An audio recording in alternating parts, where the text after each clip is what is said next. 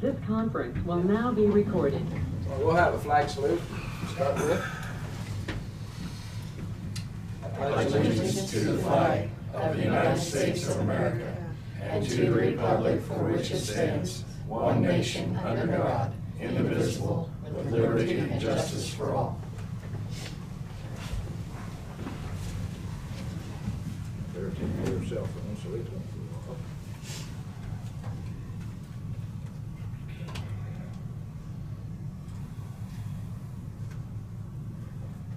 November 22nd, Marion County Commission meeting. First of all, we'll go into public comments if there is any online that we have. None online. None online. Do we have any public comments from anybody in the audience? That isn't on the agenda. Well, I know, but I'm just asking. I'm being nice. Agenda approval will be the next thing. Does anybody have any changes or anything you want to add? Okay, I hear none. We'll move into administrative business with Tina. Okay, in your packet, you do have a couple of applications for the planning commission, and I don't know if that's something that you're gonna take action on later today potentially, but those applications did come in, so they're in your packet for information. You also have a notice of special appointment for a special prosecutor for, while Joel's on vacation. That was in your packet. I do have several sets of minutes for you. So we have November 8th, 10th, 12th, and 15th. With that being said, did I hear any motions for the minutes? Yeah, I got a deal on the 8th, I think that's the correction. Where is it? Okay, administrative, very bottom, Becker moved to appoint, approve, and then also Becker second. So Okay. I'm Good thing you caught that. thinking that was Randy. Seconded, yeah. Okay, I'll double check that. Wasn't a big one, I just thought it was odd that he would have. It could have happened. Robert's rule. Then, aside from that, I would make a motion to approve them all. Second. Oh, wait. Okay. So we would have the 10th, the 12th, and the 15th, and can we just table the 8th until I can look and see who seconded and make the correction? Okay, now, was you here on the 12th, Ken? That was Trying to the, remember which day I was. that was the canvas. Yeah, that was the 12th. That was Canvas, you wasn't here on that. Canvas I was going. So that's what I'm saying, I need to break that down a little bit.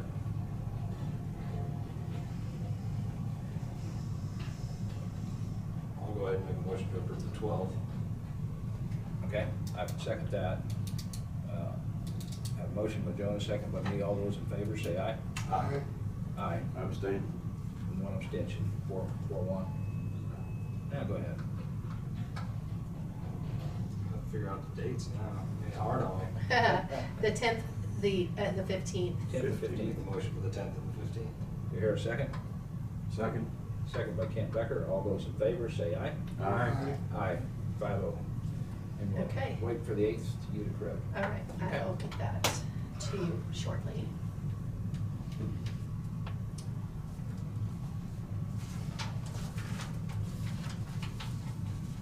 We do have one salary sheet today. This would be in the Treasurer's Department for Julie Ensminger from 25-36 to 29-36, effective 10-12-21. Change from Administrative Specialist 2 to Motor Vehicle Coordinator.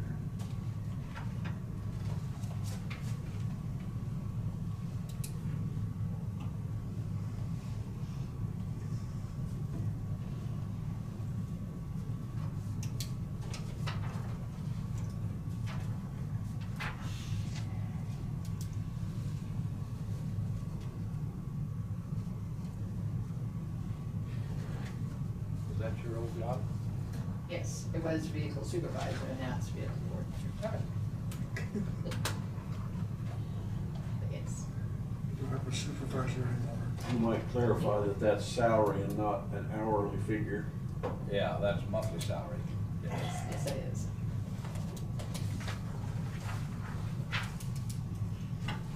Yeah, it could sound like hourly salary when you say No, that sometimes. that's what it Yeah, sounded depending on like how you to me. sound it, and say it, yes.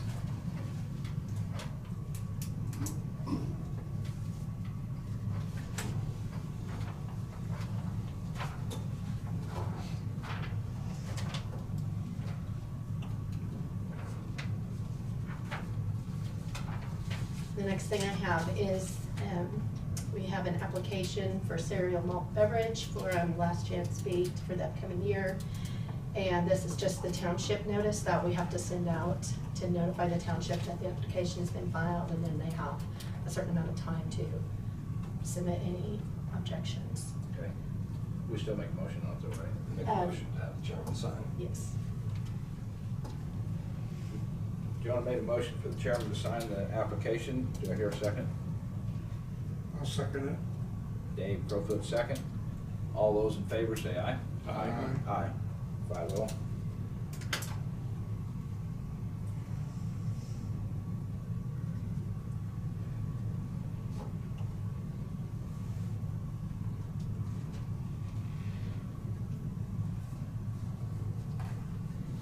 And since our holiday schedule for 2022 included December 31st, 2021 as our New Year's Day holiday, this is just a revised payday schedule for this year to move Okay. the payday to December 30th. We've already talked about that, Yeah. but if we could just have an action to approve the amended payday schedule for this year. First of all, we discussed it last week, I believe. Any problems? If not, accept a motion. Motion to approve the amended payday schedule. Okay. Do I hear a second? Second. Second by Kent. All those in favor of that, say aye. Aye. Aye. 5-0. Joan Okay. first, Kent second. Okay, thank you.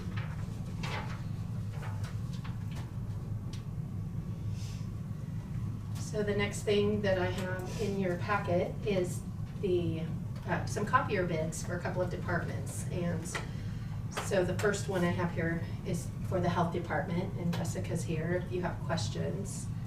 Did everybody get a chance to look at the bids on there? Is there any questions?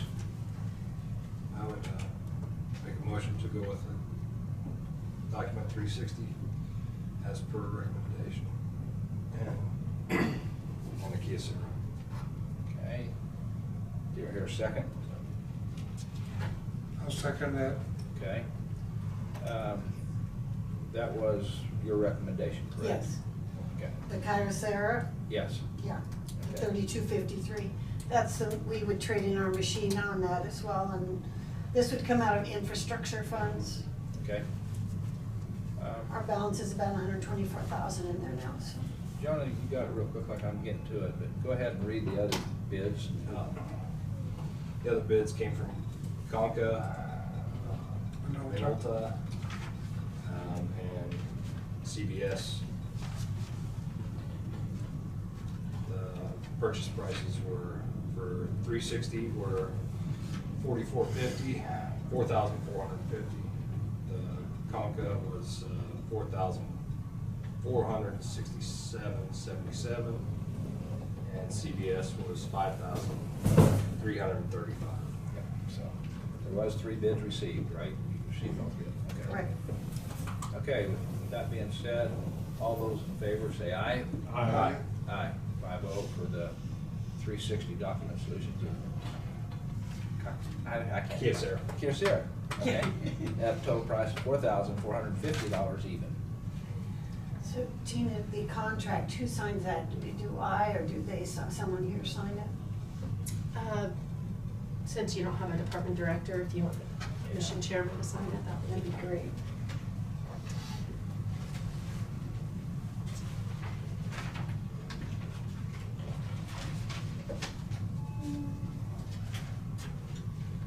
Here we go. This part here is for the service agreement. Okay. Where's the other one?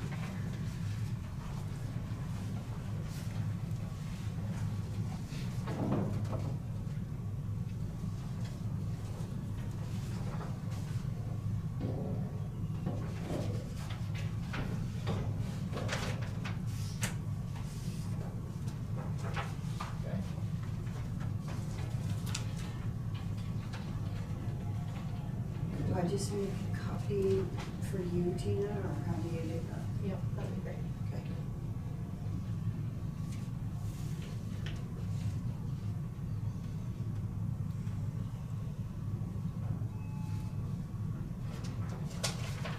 Thank you for Thank bringing them you. in. Thank Appreciate it. you.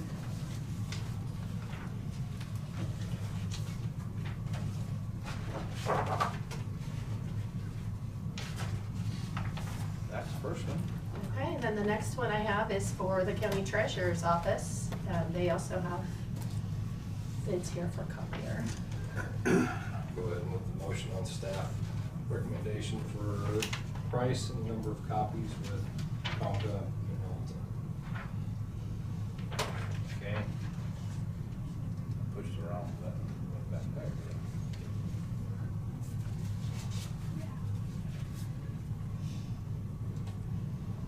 There was also 3 bids.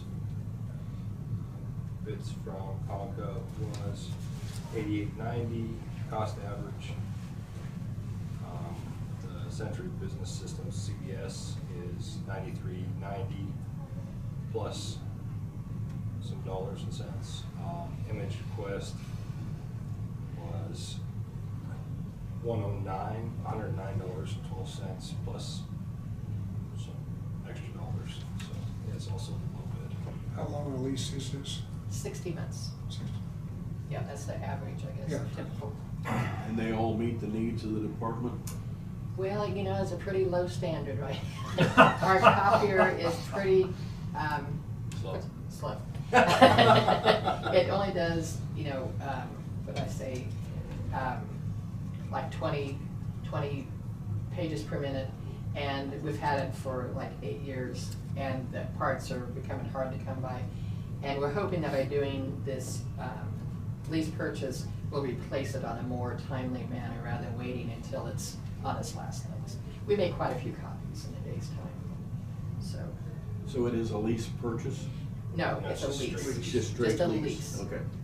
We're gonna try that, hoping we'll get better service. You will. Yeah, because that's. We went to lease all our copy machines. They come in and rebuild the whole thing. It's awesome. I don't know how Yeah. you buy a copier or printer anymore, but there are some instances. Well, the previous one was purchased, and I think for what was paid for it at the time was probably a good deal. I mean, I don't see anything wrong with it, it's just, after a while, it just kind of becomes obsolete and just can't replace it. All parts are going to plastic. I'm It sure. just- Yeah, everything is disposable, I'm sure. The next problem will be is getting one now. I know, right? We had to wait 4 months to get ours after Wow. we signed the contract. Okay, your motion was for Conica Minolta. Yes, Do I hear a second? I'll second that. Dave Crowfoot seconds. All those in favor, say aye. Aye. Aye. Okay, Thank you. And what are your plans for the old one? Trade it in. It's They're not going to the gonna attic. take it with them. Oh, good. It includes disposal. And what I'm gonna do is, I'm gonna send out an email to see if anybody else in the courthouse needs Sure. an auxiliary one or something, you know. And if nobody wants it, they'll dispose of it for us. It Excellent. really isn't worth. Don't take it up- Piecing don't take it apart and upstairs. together. No, we're not taking it upstairs, don't worry. I've brought a lot of things down, I'll Awesome. take some more stuff. That's what we want to do. Tina, do we wanna talk a little bit about the vehicle thing, or should I just get on the agenda and come in and talk? I can just do that. Yeah, because we're already at 12:45, Okay, if that's okay. let's do that. Thank you very much. Okay.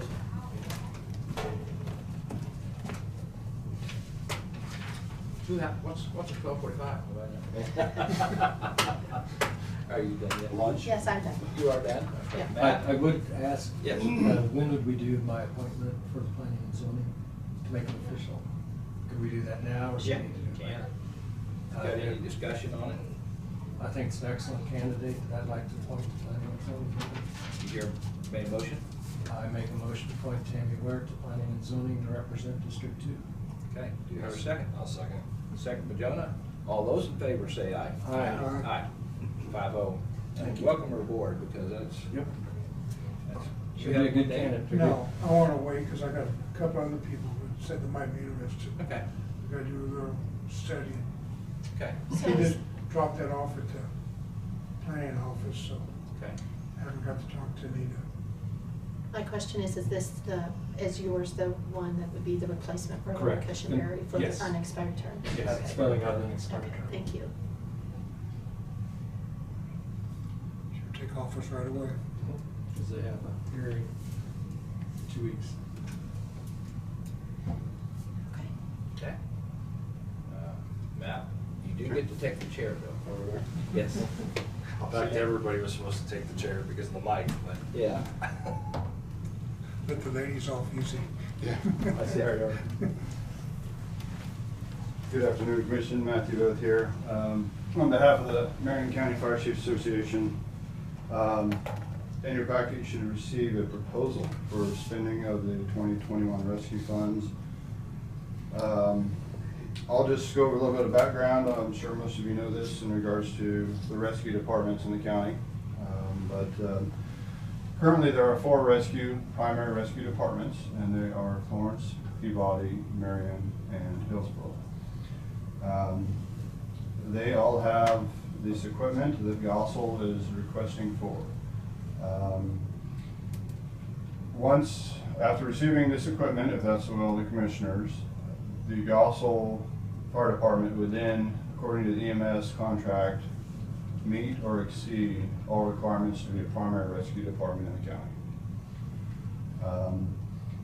So if we did pursue this and you guys agreed, then depending upon availability of equipment, we would roughly be looking at end of first quarter, and then Gossel would be considered a primary rescue, and Peabody and Hillsborough wouldn't have to come to our district for the rescue. As you can see, these tools are the same models as the departments of Marion, Hillsborough, and Peabody have, so everything would interchange. It works really nice when we get on scene, and the larger events we can switch out batteries if we need to. Marion County District Number 2, Gossel, has been working towards becoming a primary rescue unit for several years in both training and equipment. Something that is not included in your packet, but I can pass around if you guys have a desire. Part of the contract with EMS is to list all of our rescue and extrication equipment in that contract. And this is a great way to get your assistant chief to know his truck by going through inch by inch. And yeah, so this is the other equipment that we currently have. We put an approximate, I went back to the Larry J days and put an approximate price. And right now we're about $125,000 worth of rescue equipment on that truck, and that's not counting the value of the truck. We'll be running on a 2010 F550 that we already have.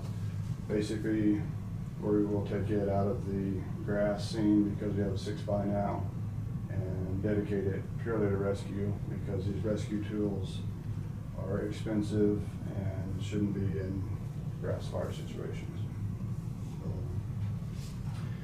You can see the quote there from Danco, just under $30,000. My fire board has agreed to pay the difference above the $26,000. The running joke is we'll have to have at least 3 pancake feeds in the upcoming year to make up that difference. But yeah, that's and we're going kind of like with Hillsborough and Peabody, just kind of the middle of the line stuff, Cadillac, but yet not the low ball stuff. Yeah, so that's kind of where we're at right now. I can pass around if you guys want to see all the equipment we have, and I even made notes on there. In previous years, the county has partially paid for some of the stuff on the truck, and I made note of that on that sheet, so you guys would know. So, as you guys know, you're required by the state. EMS is required by the state to provide rescue extrication service. Yeah, for $26,000, as big as this county is, you guys are getting a good deal, because a lot of our departments, we have to put money into rescue of our own regular fire budget. So, which is probably, yeah. So I guess you said everything's interchangeable with the equipment in the other locations. Yeah, yeah. Everybody knows how to run everybody else's equipment, too. Yeah, that's just it. And Big thing on batteries too. yes, you said it, batteries. We can also get service discounts, because if you have a serviceman come down out of Nebraska, we can do every department in a day instead of having them run down and, yeah. So, Smart, you can check the rest of the tools. yeah, yep. We try to do that with TBS too on radios, you know. Guys gotta come down from Topeka, but anyway. So that's what I'm proposing to the commissioners. I'd like to talk about what you just said, Matt, is originally there was 4, and that contract was signed back then. I don't know whether we ever even thought of making more at that time, but what I would like to say is thanks for at least knowing that you would have to be 24/7 and that you would have to respond to Lost Springs or someplace else if nobody else answers the bell. And that's quite a commitment to make. I mean, it really is. But that was years, I don't know, it's been at least 15 years ago. I don't know what date that is, that contract. I don't have that exact But number it's, with me. Yeah, it's been a while. It's been a while. And what I'm gonna say is that we're changed, as we all know, we're changing in the ambulance department. And there's also been some times that this last year, some of the departments, of the primary departments, hasn't responded to fires. So that really says that, well, if you can't respond to fires, you can't respond to rescue missions. And so that becomes an issue too. Whether the contract's still good or not, I don't know. That's for lawyers to think of and things like that, I guess. But I am gonna say that I don't know what the future holds. The 26,000 isn't too bad of an issue for having rescue equipment and people involved. That's not too bad a deal. But what happens if it does become something to where the ambulance has one on it, or ambulance, we set up a county truck? I mean, we're just like it was before, and that's why I didn't like it, was because there was one truck in one location, and it took quite a while to get to Gossel, it took quite a while to get to Peabody. Wherever that truck stations, it takes quite a while to get away. And so that was the main reason for getting rescue equipment spread out through the county. So it's a good thing, but I'm saying things can change. I don't know where we're headed or what's going. Yeah, the only thing definite in life is change. Yeah. You know, I mean, be it, we look at our fires, they're bigger now than what they were 15 years ago. And look at the cost of this equipment. I mean, it's more expensive, and yeah, quite frankly, the 26,000 hasn't kept up with inflation. But No. And I will say this to your comment about response. I will not and cannot speak to other departments. From Gossel's perspective, Marion County number 2, we just had an ISO audit, and we have a minimum of 6 responders to every call. So, and we've had some way too many structure fires this year. And yeah, and on those we're averaging 10 to 12. And we have a full roster of 20 and a waiting list of 2. That is great, because I don't know if I know there's probably 1 or 2 more departments can say that, but there's a lot that cannot say that. Yeah, we feel very blessed. Yeah, I would have to agree with that 100%. Any other questions or comments?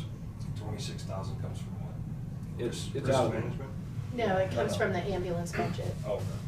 It's been under the ambulance budget, but we haven't spent it for ambulance since I've been on. Unless it was just some left and we needed something small back before we set this up or something, that could have been then. But most of the time, the only thing that has happened with this 26,000 is some rescue stuff has not been, some of the stuff's ordered has not been purely rescue. That's what it's designed for, is purely rescue stuff. So whatever it is, we need it to be useful and used instead of sitting in boxes somewhere. So we don't want it sitting in boxes, we want it on the trucks. What's the average cost of a fatality in Marion County? If the coroner gets involved in all that? I don't have a clue. I'm sorry. The average cost of a fatality to the county as far as a coroner and all that. And I'm just trying to put it in another perspective on 26,000. I see where you're getting at, yeah. Well, to top it off, when it gets done, all the first fire responders and all the ambulance people and all that gets done, then it goes to court in our county. Right. And then that's where we have spent a lot of money in the court systems, taking care of on Highway 50, those bills were tremendous. And not just the people that was working it, it was the court cost that really, and if that accident's in our county, we're gonna bear some or most of the cost to take care of it, So I mean, this equipment could prevent a fatality by getting somebody out. That's where I'm going with this is. As long as everybody's well-trained on how to use it. Yeah, one of the requirements in that EMS is so many hours of training specific to the use of those tools. So basically what we do every year in Gossel is I've got a friend who's got a towing service in Newton, and he brings out a couple wrecked cars and we flip them over, and we've got a rescue Randy dummy we throw in there and cut them out. One challenge that we do have on the rescue side of stuff is the electric cars. The bottom line Teslas are in that $30,000 to $40,000 range now, so they're becoming a lot more common. And I've actually assigned one of our firefighters is Brent Abrahams, who has Abraham's Engine Service there on K-15 Highway.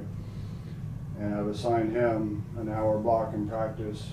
We usually do those in the winter, but it'd be January, February, to come teach us how to deal with some of these very unique powered cars. Yes, just connect them to something to do. Yeah, and there's certain cables you can cut, certain you can't, and yeah, it's. Can't throw water on Yep. Lithium. It's a Things- new world. Yeah, things It are is. getting very complicated very quick.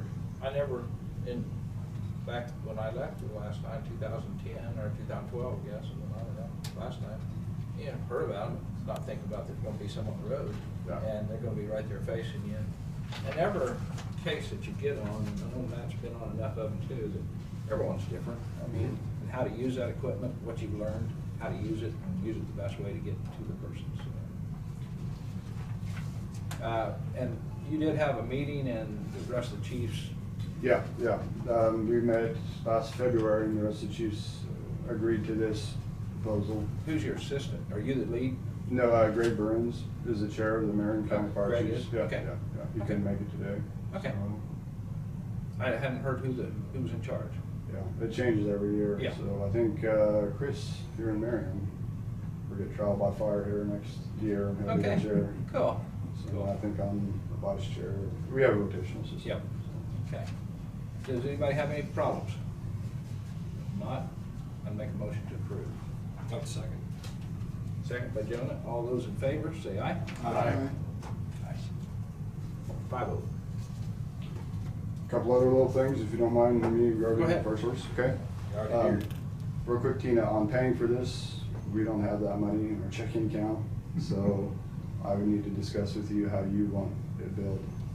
Or is that a treasurer's question? No. Basically, we need the invoices sent to the county, Okay, billed to the county. and then we just pay you the balance above? Yes. You're send us a bill then for Yeah. the amount above the 26? Yeah. Okay. And Matt, I don't know if there's been anything spent out of that. I don't think there has this year. No. I don't think there's anything. If there was some spent, well, it's already spent, so. Yeah. But I don't think there is. Just a few miscellaneous items here regarding fire service in the county while I'm here. To make everybody's life simpler, make the dispatcher's life simpler, we did update our control burn posters and handed those out at the fire chiefs meeting. Should be posted in public areas like co-ops, coffee drinkers, and yeah, those guys like to congregate. So we went, the goal of the fire service first is prevention and education, and that's always, yeah. And at Friday night's fire chiefs meeting, we always want to be improving, so just to review some of the larger fires we've had this last year, wildland fires specific, we're setting up a subcommittee out of fire chiefs just to review our procedures and responses. how to best use the resources we have in the county. Good leaders are few and far between, and availability on average during the day. You know, you've got a guy in charge trying to worry about the small details, and that doesn't work. You know, using the incident command system to set up some divisions and stuff like that. So we will be revisiting how we proceed on a county-wide level on the fire service for those larger events. There's always room for improvement. And then the last thing I have here, and this is specific to Gossel. So approximately a month ago, I had a call from a firefighter, one of my younger guys, newer guys. His radio, his APX 900, was on his charger, plugged into a GFI outlet on his kitchen counter, and basically the battery exploded and lit the radio on fire and damaged the countertop. Those are the pictures right there. That was on a Saturday night. That next Monday morning, first thing, I started with TBS, Mark Graver. He's a dealer that you guys bought all these through. And he said overnight it to him, or bring it up there that day if we could. And so I did.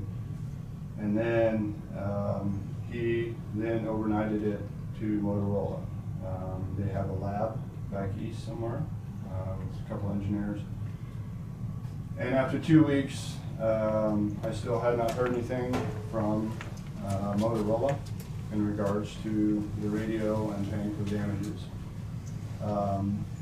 In the meantime, my fire board had met with me and encouraged me to write a strongly worded letter hinting at litigation if Motorola did not respond or communicate with us. And so I did, and I sent it to the one Motorola contact I had, and within 2 hours I had a personal phone call.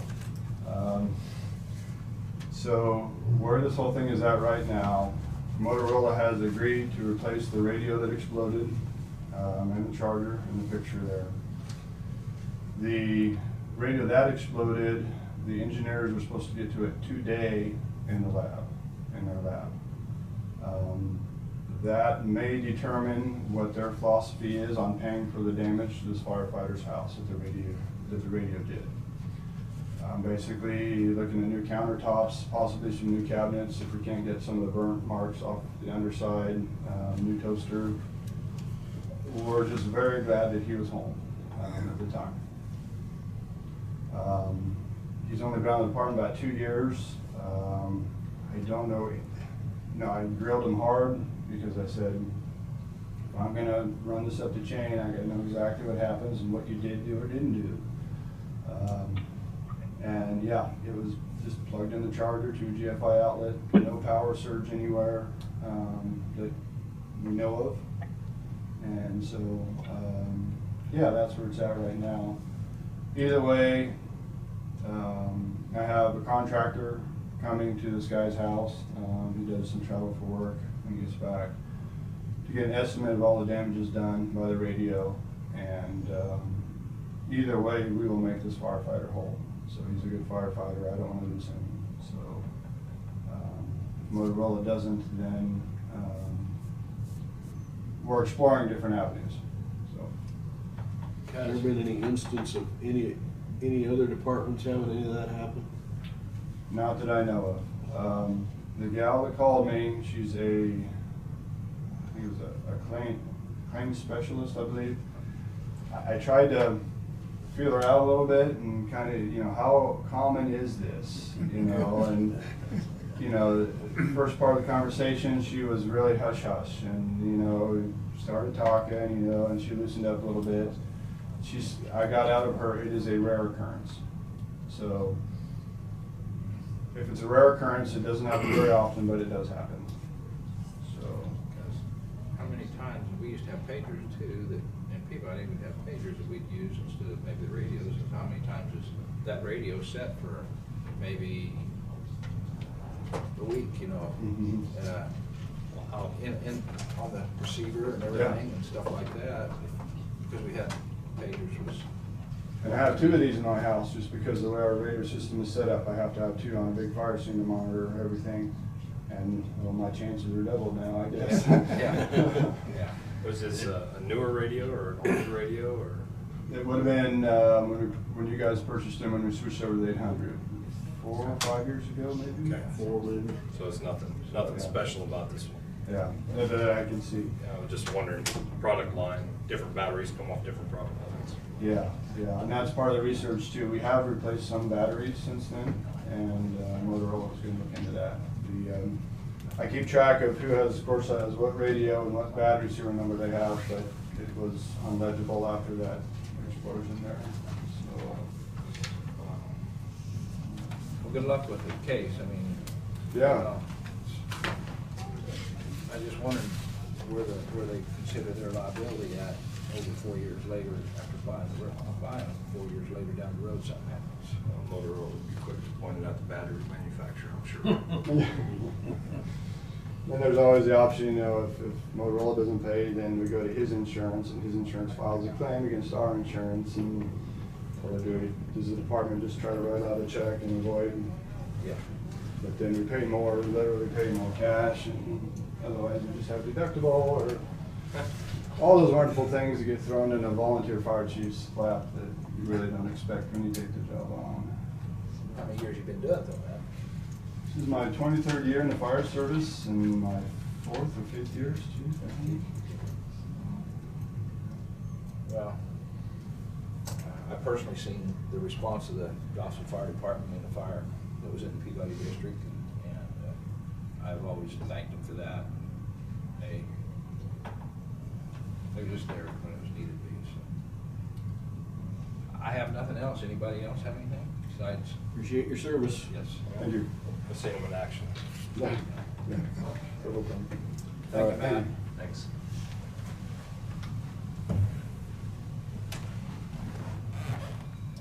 I did find who seconded that motion on the November 8th. It should have been Mueller.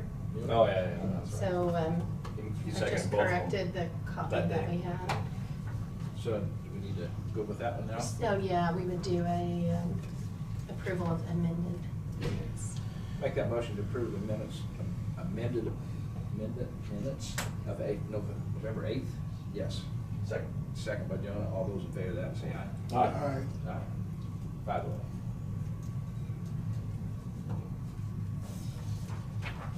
Sorry for making all that extra work for you, too.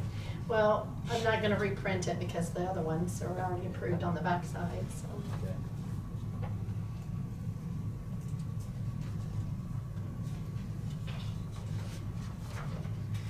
Okay.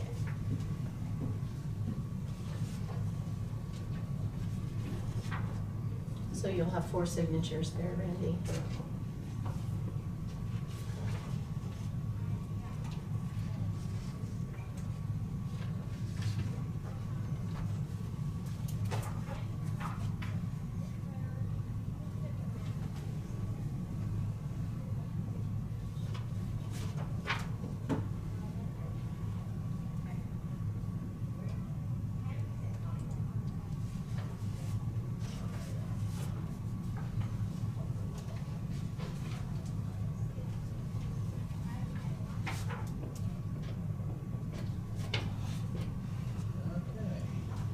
1:15. Do you have anything else you need, Tina? right now? No. Move Travis around. How long you, I can be quick. well, I mean, how long do you need? I'm okay right now. Yeah, we're on. Is any of your business, anybody be watching you online that you would know, that they would know? Okay, No. all right, go ahead, we'll step you up, take care of you then. Good. Hurt your feelings, huh?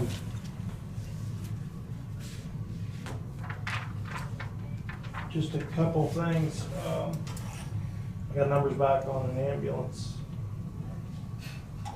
They took an increase November 1, and the one we were looking at is right around 300,000. I've bid ambulances out before. You generally about 3 bidders involved. Takes a fair amount of time and effort on their part. But then, I don't know if the county's ever went through the HGAC as far as a cooperative that has pricing, bulk pricing for government rate. If that's an option, then I think that price wiggles a little bit with their buying power. This is through, this is an AEV ambulance bought through ARV. ARV is out of Missouri, out of Columbia. The AEV is the ambulance is built out of North Carolina. ARV being the dealer, that's who I've had good experience with. And they do offer a financing as well. So I don't know if that's something we're looking Is at. this COVID? This has the COVID package, if you will, with Okay, the so- ultraviolet light and the air circulation stuff, yeah. So they provide chassis and everything. It's lock, stock, ready to go. Because before, you know, we bought chassis, but Yeah, now we can buy chassis through a local dealer.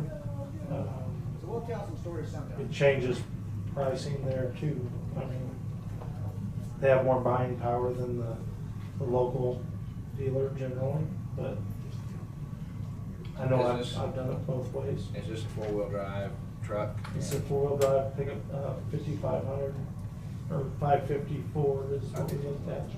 Yeah. And I'll be honest, when we have an ambulance that's 12, 13 years old and it goes away for $4,000 or $5,000 via Purple Wave, that's pretty tough. But if you have a quality built box, that box can be remounted. The pickup has 100,000 miles on it. There's value in that vehicle, even if it was to, I know everybody talks about hand-me-downs, but my former job, we were looking at moving those down to brush trucks. When we were done with them as 4-wheel drive ambulances. There's nothing wrong with it, they already have light package on them, they're kind of ready to go. Out there would have been the city crew, would have got them for the street department, things like that. Road and Bridge here, again, there's options when you do start buying a pickup chassis that you don't have with a van. So, he gave me a pretty exact number, but I don't feel that I should put that out in the event we go to, if you do want to bid it, we'll let them bid it. But if we wanted to go through a buying cooperative, you know, I can give you the number.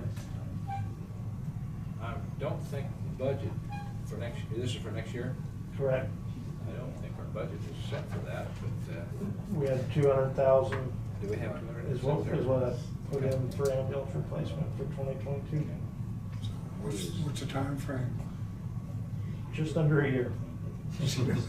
360 days, used to be 250. You get one for Christmas? Right now, yeah, right now, Christmas next year. they're behind like everybody. And with all the relief money, they're being, I mean, it took a long time to get the shop drawings back based on, I mean, I'm 3 weeks out of shop drawings, you can generally get those in under a week. It's because everybody is trying to get an ambulance paid for with different funding, so. Does the commission wish to set a bid out and have somebody else bid on it too, or? well, it sounds to me like you've got the turnkey companies that bids the whole thing, or you can go through the buying cooperative, which would be your chassis. The buying cooperative would buy it as a whole unit as well, they have that ability, yes. Or we can bid the chassis locally, however we want to do it, and then buy the box. That's your 3 options. How much is, and the guy in St. Louis is local, guess they call it. The guy in Columbia, Missouri. Columbia, you call it. Yeah, there's a guy that lives As far here in, It's next service. county over, yeah, How much service. service do you need? Yeah, I mean, I think the service is what sells. There's several manufacturers out there. My experience with service is ARV. I put that up against it. Right now, we take them to York, Nebraska, right? They haven't been to York, Nebraska in probably a long time. Just a repair That would've for been that. med tech. Wasn't that a repair for a Nope. certain? There was a repair shop up there that, yeah. What's the closest repair then that we go to? These guys, if it's a breakdown, they'll have somebody here within 24 hours. Oh, they send somebody they out. send a mechanic. Correct. So what's your recommendation? Well, I would look into this buying group to prevent going out to bid, and I would recommend buying an AEV through American Response Vehicle. That would be my recommendation. The buying group's always been there, but when it came to buying, you know, pickups and cars and things like that, we always tried to stay in the county, you know. Sure. No, we're buying a package.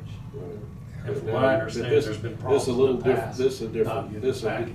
different animal, I understand. Yes. that. It costs more, you put pieces together. Yep, go through that buying group. And that's not, it's maybe not out of the realm of things we can do. If you tell me to keep moving forward, that doesn't mean they can't do a dealer ARV or AEV, and I don't want to speak out of turn, but AEV is a big buyer under the Rev Group. They have all the Ford, Dodge, Chevy chassis sitting out there. They can do dealer transfer, and the local people can get their piece of the pie. But again, that's something that we can research and see where cost effectiveness is. So I'm probably working towards this. If we want to continue going down that angle, I'll be happy to keep doing it. Can you bring back a bid from both the companies you're talking about through the national chain, and then a bid through the other company and see what the difference is, or does that not? I can check, Andy, I'll certainly look at that. I'm not sure, the local guy here that he can get me pretty well squared away on that, so. Would that be what the commission would want to do, see a bid on that? I'd say keep moving forward and explore all your options. Sure. I'm gonna say there's 5, 6 different ambulance manufacturers out there. I have experience with 3 of them pretty intimately. I wholeheartedly agree with you on the service part. Right, and that's why, I think if you go the route where we were to buy an AEV model, through ARV, it's terrible. It's too many. Yeah. Here's another one, then, you could go through HGAC, and that would prevent the bid process. That, I think, is the nuts and bolts of the That HGAC. They've already done all the is bid, they have all the is numbers there. government group that Exactly, buys. exactly. So, I'll keep moving forward But with that that. won't obligate you to any other vehicles or anything No. else, right? You're allowed Correct. to use them one time. Correct. Okay. Yep, it's just a buying power thing, so. There's a lot of counties that use it. Right. So I'll keep moving forward Okay. with that, and see where we're at. The other thing, and I'll let that be done, is, I have, not the formal bid, I have the total price on 2 base radios for the Marion and Hillsborough station. They're desktop radios, speakers. Obviously, the Hillsborough one doesn't have anywhere to be put in place yet, but planning, moving forward. And that's with power supply unit for the Hillsborough, and I think an antenna and different things there. Comes to $4,924.42 through 2 TBS, whom I think we do most of our Motorola business with.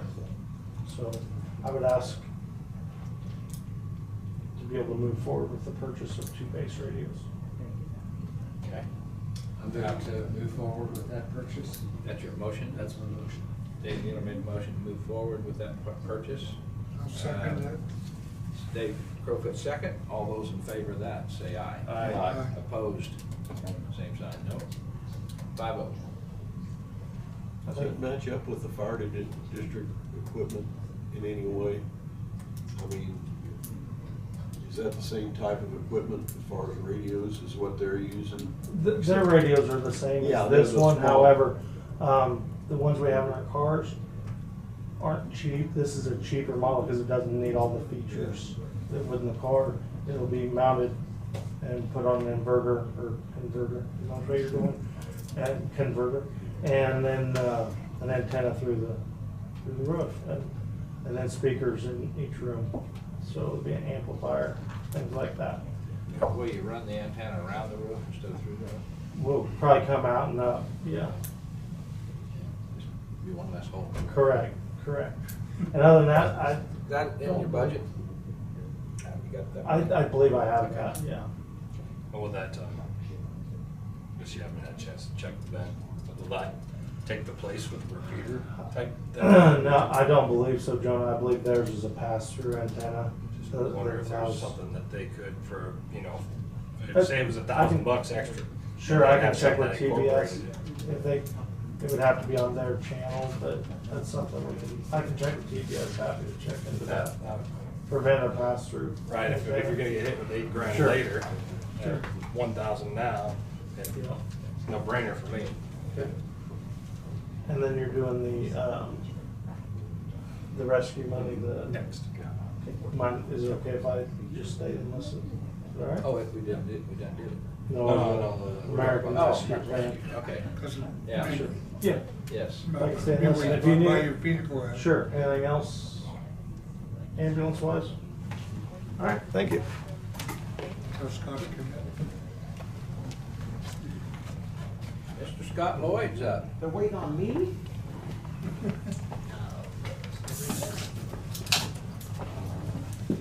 Well, hello there. Whoops, running over everything. Yeah. Hello there. Good afternoon. This looks like an incredibly distinguished group. Okay, take a deep breath. Good morning. No, thank you. You met me before. Yeah, I this called is us out of Carlotta. it. We texted a lot, or Yeah. emailed, but Yeah. Carlotta helped us with Spark. She lives in, lives in Lawrence and what's Samantha kind of, and she's from Germany. If you want to know 3 other languages she speaks, you can talk to her in those languages if you don't like English. But Carlotta really has a great grasp. Like John that you met last time, John and Carlotta literally have the rescue treasury guidelines probably memorized. I'm just long. well, if they didn't change yesterday, which Just- they like to do. Just pull up a chair there. Yeah. And so, this is an employee of yours? Oh, cool. Cool. Yeah. We came today, we were asked to come today to talk about rescue. Now Dave got the incredible opportunity last Friday to sit on a Zoom on internal controls. Now didn't that just sound exciting? It was too. What do we need you for then? Depends on what kind of internal controls you're talking about. You know, the only There are thing- some internal controls that are exciting. You know, the only thing I got out of that, Yeah? we need a grant writer to be in charge of all the grants for the county. I heard that.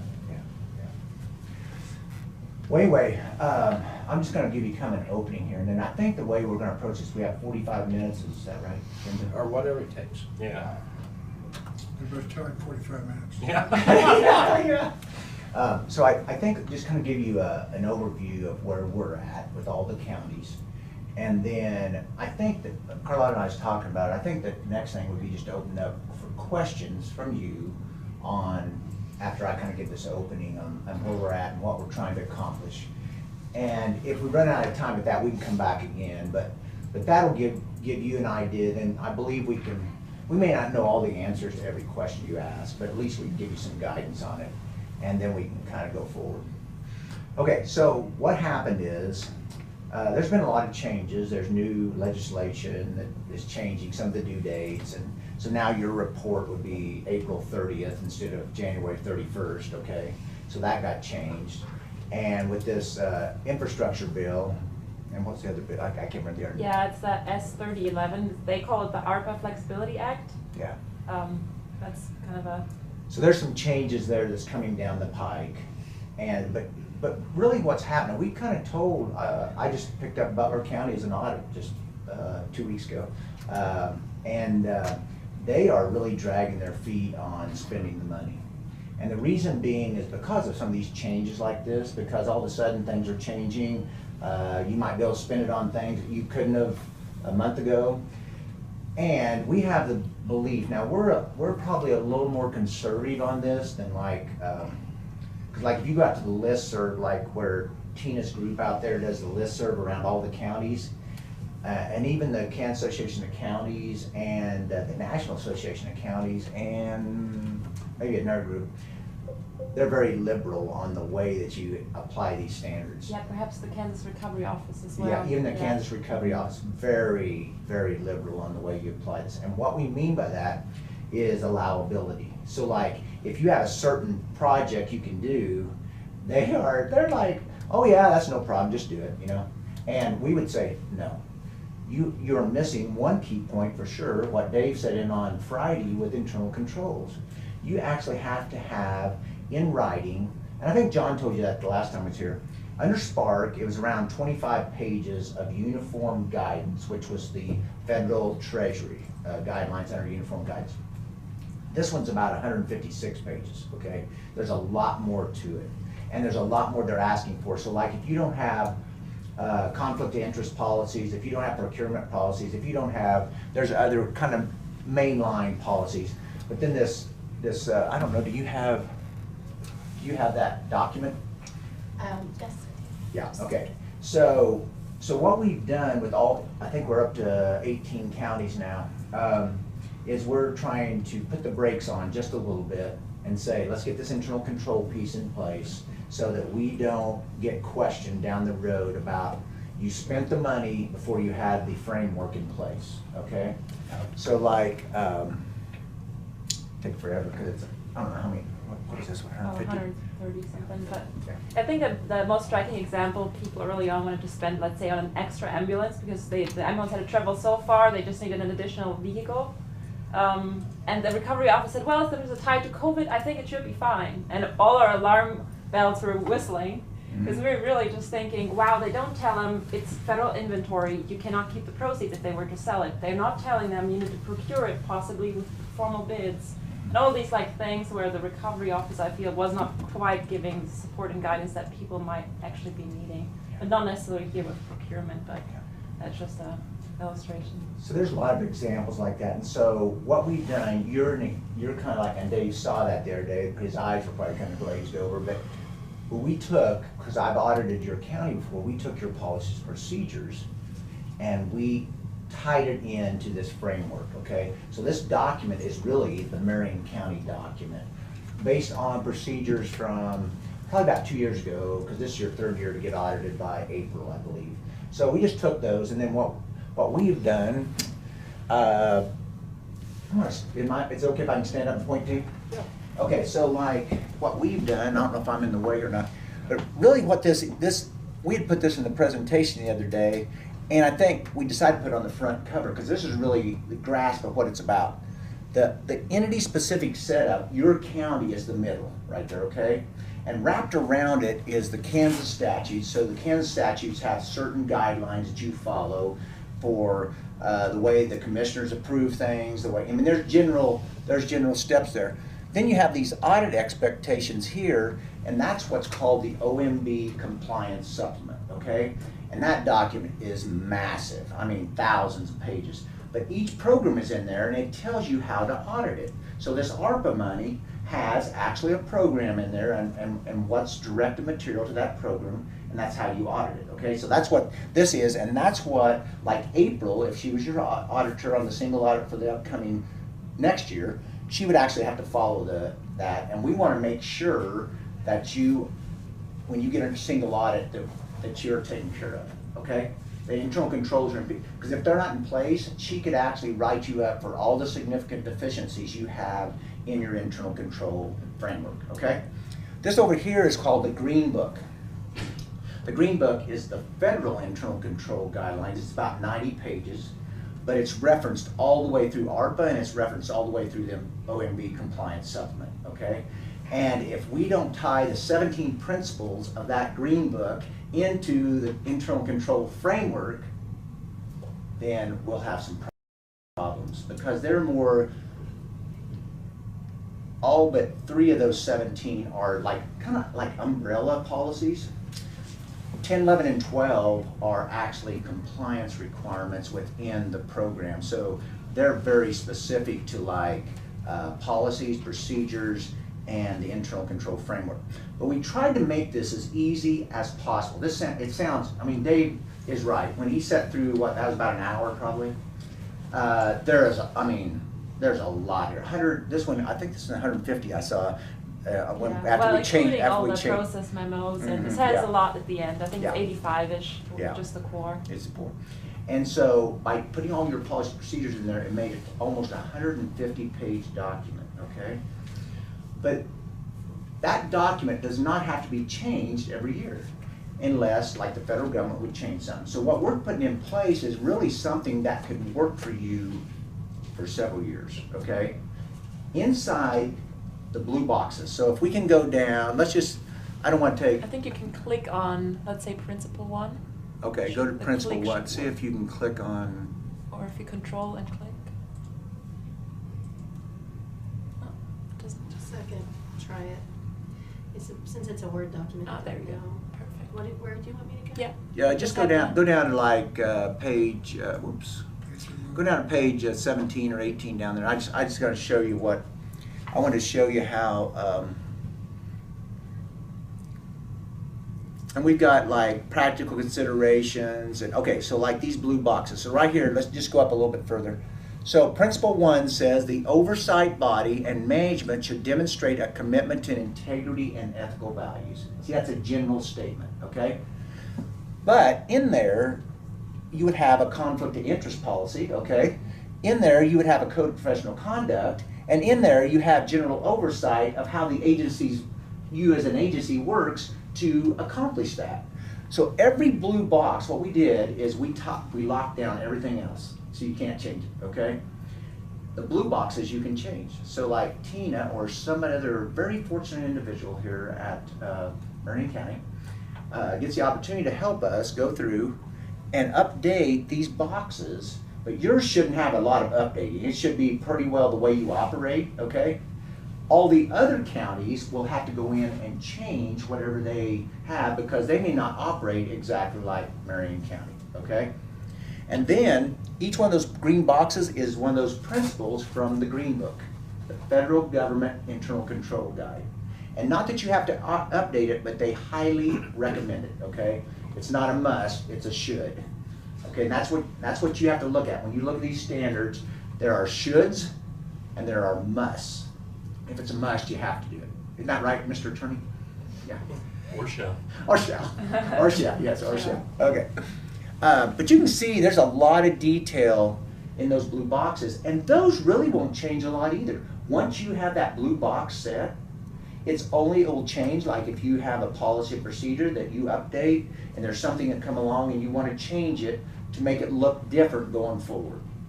So we get it done, we put it in place, and once we have this document in place, and yours is really close, I think, you can start spending. Even administrative fees, like even our fee or any fee you could spend, okay? Or any kind of project or COVID relationship or under this new, remind me again, the one where it's the 10 million. The Flexibility Act. The Flexibility Act, and that's not completely through yet, is it? No, it's still in Senate. Senate. Well, Past Senate. Senate, it's in House. House right yeah. now, okay. So what has in that is if you're under 10 million in receipts, then you can basically spend it for. Yeah, the same category that we were working through with the receipt loss, it might then all be automatically applied under that category if you so choose. It doesn't force you to all just then put it into general government operations, but you can choose so. Yeah. If you choose to do so, it could literally go into any general operations So that's then. basically what they did with the PPP. Right, They- yeah. Basically, if you were underneath the threshold, you were just. Yeah, Mhm. and so what that means is, or what we feel like the interpretation of that means is, you still have to have the internal control framework and the way you're gonna spend the money, okay? I mean, that framework has to be there so that the proper approvals, all that. But the allowability piece is no longer in those, 4 or 5 categories, like, you can basically, as long as it's an expenditure of the county, in a sense, and it meets that category, just kind of overall category, you can spend it.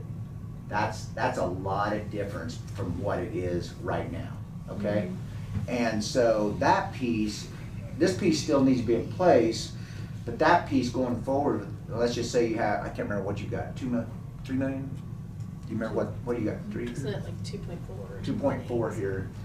So that 2.4 could be spent, and I'm just gonna throw this out, because it would go really quickly, but like even road, wasn't that one of the roads? Okay. Or actually, I mean, just to actually premise that, because it has supposedly really good chances of coming through, you could apply to a number of matches that for upcoming infrastructure programs, which might be really getting the country very far. So that could be very attractive to actually then not literally pour it in form of a blacktop on the roads, but hold it off, hold it to the side, and apply to different matches as it's allowable. So. Yeah. So like, for example, one of the matches on that would be like if you have a fracture critical bridge and it's a federal transportation bridge where you have a 20% match, you can actually use this ARPA money to do the 20% match. And the reason they did that is so that you could actually spread the amount of money. I mean, it'll actually expand the amount of money you can use. So if you match with 20, you get the other 80 from the federal government, you just increase the amount you got from the federal government by another 80%, okay? Yeah. Conditional in passing, I think. Yeah. But you see, it has a lot of changes. Wasn't that the one that the Senate passed 100-0? Yeah, it was unanimous. How many and that times is do you truly see- a bipartisan bill, that being said. I saw that and go, 100-0? I don't think that ever happens, does it? Yeah, it's really impressive. But yeah, it does really highlight that allowability is just like one spectrum. On a Friday, yeah. Allowability is really just one question. I think it's the most attractive question to ask what to spend it on. But it really emphasizes, at least from an auditor's perspective, everything else becomes so much more in focus. Yeah. So when this first came out, the talk was you could spend a dime for road or bridges. That's right. Correct. Absolutely. Unless So it's now that's receipt all loss. evolving again. And the reason I think, I mean, just my Galva answer, okay, is because the infrastructure bill is so, I mean, that whole thing with infrastructure and the way it's going, so they felt like if it's 10 million and under, these types of entities are strapped for money, you know, so much. Let's just open it up and let them use it how. But you know, 2.4 million in roads is going to go pretty quickly. That's one. I mean, that's not even what 20 miles or 25 miles. Okay, so generally, keep this moving. The blue boxes are what we have to go through with Trina or whoever and make sure they're the way you're addressing that principle above there. And once that's done, then it would be, that part would be done. Now, if you'll just go down, I don't know, it's probably about page 80 maybe, you said, or something? Where the policy and procedures start? Yeah, like 86 or Oh, something. another thing we do, okay, go back, well, stop right there. Another thing we do that I know that, yeah, good job. Another thing we do that I do not think any other consultants do in Kansas is, we felt like this was very helpful. This would be the blue box, would be how you're addressing that principle. This tan box is the auditee's perspective. That's not still you, okay? But what we're doing is we're putting in what the auditor is going to look at in that principle to make sure you're covered by that when the auditor looks at it, so you don't get written up, okay? And we've done that on when you see a box like that, we've done that on every one of those. And I think that'll be, the auditor's going to love this, okay? Because then they can go through the framework and say that you've addressed each of the points and you've tied in the framework. Yeah, which actually, you said that this will actually be something that can be in place for many years to come, and that actually is also why this is so massive, because it will not only address ARPA, but any federal award that is coming, maybe one that will be matched next year. This would also cover any future federal awards, and you'd be ready to roll with anything else that's coming along. Yeah, that's something I didn't say up front, but this isn't just for ARPA. This is for any federal program. So like the health department, sheriff department, emergency management, and one thing that I'm not sure we're going to get everybody to do it, but what really would make it even tighter is if you set up, the school districts had to do this by the Department of Education about 5 years ago, set up a federal fund, and all it is federal funds. So like all the revenue goes into that, it's like a funnel. All the revenue goes into that federal fund. You have departments down below, and the departments down below are like ARPA and health department and sheriff. And so you have one centralized grant reporting function in your county, and that function is all tied to this document. And one person would oversee that federal fund, and the school districts started doing that because the problem is it's everywhere. You know, like if the sheriff goes out and writes a grant, now you may see it, but the controls over that grant would be more so over in the sheriff's department, where if we can get this all written in here, like say Troy, you got you know, say you got a grant or something, you know, then yours would go into that fund, okay? So what this is here, I think this is where it starts. Yeah, it's a little further Yeah, down, but that's. yeah, those we pulled, process this is like the levels. computer controls over your county. So what we did, I mean, this is why it's fairly lengthy. This is the way you operate, okay? These process and procedure memos, we had them all, several years ago. We went in and developed those for your county. And then what we did when we were auditing is we would give those then to Tina, the county treasurer, and we'd give those, and then say, go in red and just mark them up and update them for any changes you had in your process and procedures for this last year, and then we would address it. That's what we've done here. We actually tied those into this document. So what this document has is not only the framework up above, it also has processes and procedures down below that all link together, and it's one document that's linked together. Now, I can't do that on all 18 counties because I haven't audited.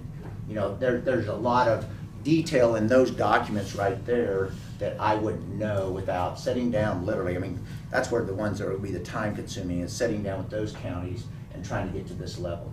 So Okay? basically, you're saying we're gonna discount because we've used you so much in the past. Oh yeah, absolutely, absolutely. We Discounts actually all are, over because the- you're not rewriting the book. I spent, I don't know what I spent on this that one weekend. I think it's, to put this document together, I don't even know how many hours we've got in it. It's unbelievable. Yeah. Yeah. And see, the state, like we watched the state recovery office on Friday, was that Friday or That Wednesday? was Wednesday, yeah. They put that little green box on there and they go, well, these are 3 or 4 things you should consider. And the Treasury, in their non-final guidance, says you could do this, this, and this, and you'll be okay. You know, this is to get past the auditor, to get you in place for literally all federal funds moving forward. I really believe the tie together here.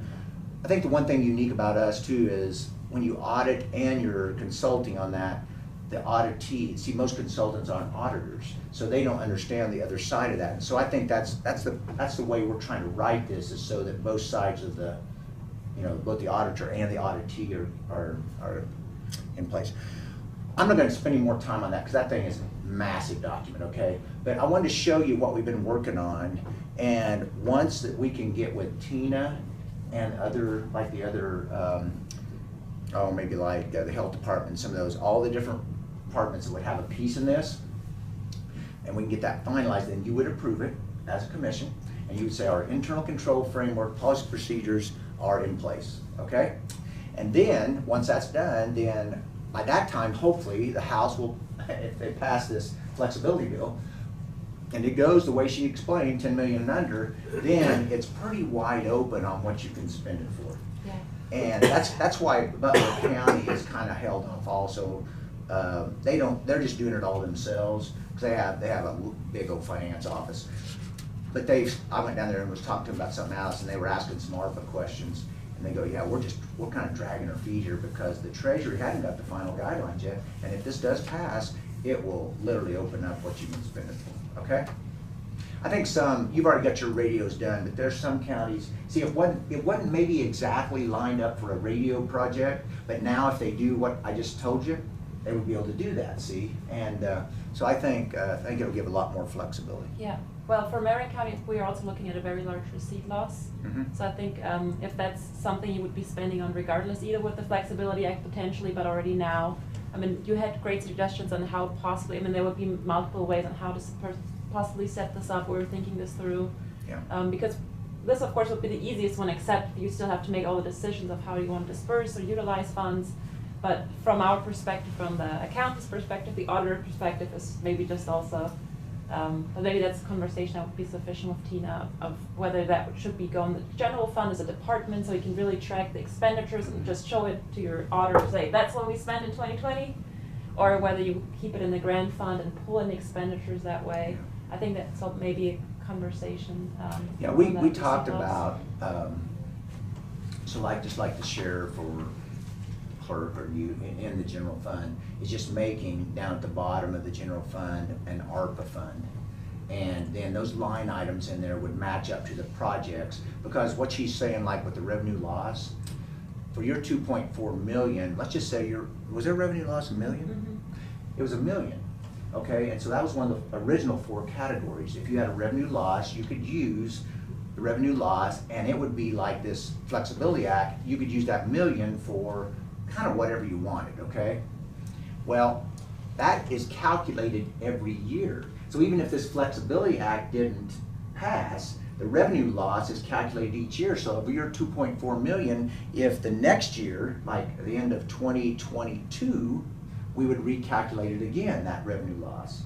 And you would then have potentially, we don't know, Yeah. but, I mean, you could have another big loss. You might have your whole 2.4 because you can do it all 4 years. So potentially you could, if they didn't pass that, you would be in a position, now some counties aren't, but you'd be in the position you could actually spend it allowably in that 2.4 million without having to go through all the hoops of the area. But why the department would be beneficial or any that shape of tracking, because you still need to show that you actually spent it. And if you just poured it into the general fund, then it might just be external, like an Excel spreadsheet. It'll probably be fine, but not optimal. We thought, especially with that, looking at that amount, it would be easiest if you had it as a sort of a department where you can, in a way, also budget and really see how much already went out, rather than just having a feel of where it might have gone. Yeah, because like when you get your budget to actual report, that department, then you could see, okay, this project, let's just pick one off of there because that's your project. Are these your, I'm trying to look here, projects? Any of those ARPA projects? Digitization's potential, just use that for example. Right, yeah. So let's just say in the general fund, ARPA fund, and then the line item is digitization project. So, and let's just say it's 100,000, I'm just using numbers, just say it's 100,000. So if we had it set up that way in the department like that, then on your projects, on your monthly budget to actual, you would be able to track it that way instead of having a separate Excel spreadsheet over here that you have to update and all of that. So that's why that was another way to do it without setting up a fund. But my feeling is this is more than just ARPA. They're trying to get the local government's internal control frameworks, instead of just oh yeah, he said, she said, and sign off. They're trying to get a more formal, and that grant fund to me, because like people like Tina then would know that if you sign a grant agreement with somebody in any department, that money, when it's signed off here, actually goes right into that thing, and then you track it inside its own grant. Don't you think that makes sense, or? It would be very helpful, honestly, because right now it's all over the place. It and is, it's hard. yeah. It's hard to track. I'll just give you an example. State of Kansas this way. When I audited 98 to 2001, to get what's called the C for the Schedule of Federal Expenditures, which is the back, when you have a single audit, it's the back of what, it was 13 pages long, single spaced in Kansas, and they did not have a centralized grant fund. So the way you filled out those 13 pages, you had to actually send confirmations to each agency in Kansas and find out what kind of federal money they got to either use themselves or pass through. And that's really kind of what happens here, is we have to literally go through each department and figure out if they have, we might see it in the minutes where you signed a certain grant, but some of them might be so small, maybe it didn't get I don't know, but it just seems like that would be the tie, that would really be the tie together back to this document, and it would tie down the federal projects. I don't know, I've rambled enough here. Questions? Any questions that you've been burning? Well, the first off, Yep. everything revolves around the framework, the control framework. Yep. And to me, it makes sense. We don't do anything till we have the framework all in place. That buys us some time to get an answer. Yeah. Which is really the key The that flex. fits in. What would be a time frame for the framework? Well, yours is to the point, we want to come here today, but yours is the point where we need to sit down with your employees and just get, like, those policy procedures are about 2-3 years old. I just took them because I already had them that way, and I just thought we could go through and, we'll read them and update them. And then those blue boxes, we would need to make sure that what we put in the blue box is really the way you still operate. Once that's done, and we're talking Thanksgiving now and Christmas, but we were trying to get some of these in place before the first of the year. Because now the deadline is no longer January 31st, it's through March 31st with a deadline of April 30th, I believe, for the report. Yeah. So I think that there's also something else that could happen concurrently. So one would be updating, making sure that this is really in line with how things operate here, so have some oversight there and some feedback. There's also some policies I don't think that you had in place. They're all attached in there, but we'll send a separate copy that would probably go to the counselor. They are related to federal awards specifically. In a way, they're really handy. They're short and they're very easy. Like if you read them, they give you step-by-step what to do. One would be, for example, a grant application approval policy, or it's called a procedure. And it just tells you, the department head, hey, I need to talk to the commission before I apply to a grant. I have to let them know if there's any matching requirements, and then when I'm successful, I have to hand it to, and you put whom to hand it to, maybe the county clerk or the treasurer, so they are aware that there's some dollars coming in the bank soon. And that's, for example, one policy, and there's, I think, 5, and they're really short, but I could see how those would need to be put in place, and that would be something I would need We can prior go on and review. do those, yeah. Yeah, so there's those 2 bits, I think, it's kind of the turnaround on those, but. So by the time the framework and the policies get in place, we're looking January. Probably January, yeah.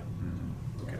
And, 2.4 million, if they even if they don't open it up, you already got $1 million that you could Right. basically spend however kind you want. We just want to make sure this framework is in place. Now, one thing I'll tell you, this little box down here that has the red writing in it, the legal counsel will say this won't work, but we tried. We've put in there that this document should not be distributed to any other county. Okay, because you're paying for it, okay, with having us here. And that listserv, we've already seen some unbelievable things that goes through that listserv, okay? And we just wanted to put everybody on awareness that, if they wanted, because what I think, once people see this, and I'm not bragging on this, this is a team effort. Even if we don't do that county, we could actually sell this piece to all counties, and all they'd have to do is just drop it over the top, okay? And with our background of KMAG and the audit side and the consulting side, Julie, you might want to put that box on the bottom. And yeah, I said, but it's probably not going to, someone used it, I guess, but that we were protecting that. Was there anything else? I'm gonna tell you one other thing before I get out of here. Tina knows, but nobody else here I don't think knows.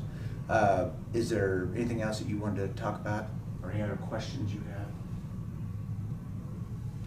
The only one I had was just things you started here, when you started with this program and you're hearing things develop as it goes, and you don't expect that to stop.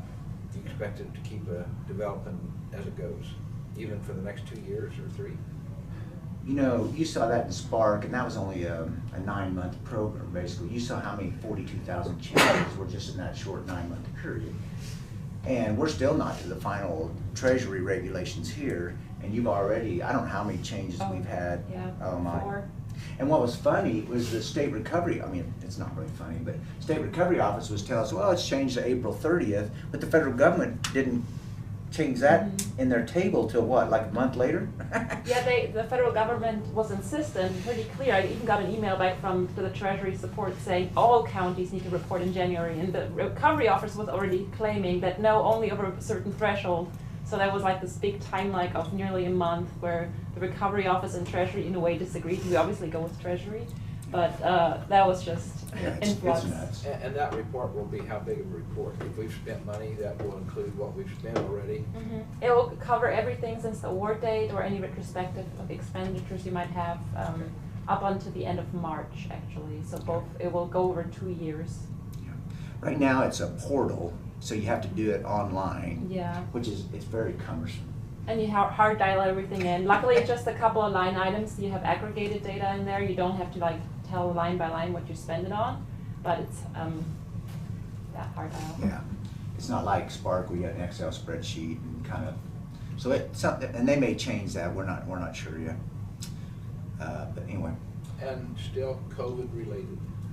That's one category. That's one category, yeah. That's one category. And this $1 million that's called the revenue loss, before we even get to the flexibility plan, that $1 million can basically be spent.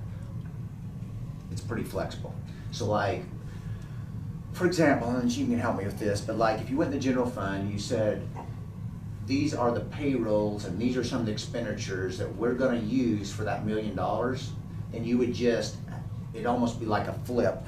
Yeah, A you can flip also and- flip up, so if we had this in place, you could even look retrospectively, as long as things Yeah. were procured correctly at the time. Everything since March 3rd could basically be, in a way, reimbursed with the revenue loss. Yeah, so you could claim that $1 million just like that. Yeah. Yeah, is actually premium pay, has that been a topic, or is that something of interest, or? And it doesn't have to be it's They not. have talked about Yeah, that. it's not, It it's not hasn't even been done. essential, it's anybody. You know, you could come up and say, okay, we're gonna give $1, we're gonna give, I don't know, what that one county we talked to, was it without? I don't know, they were talking about a pretty good size.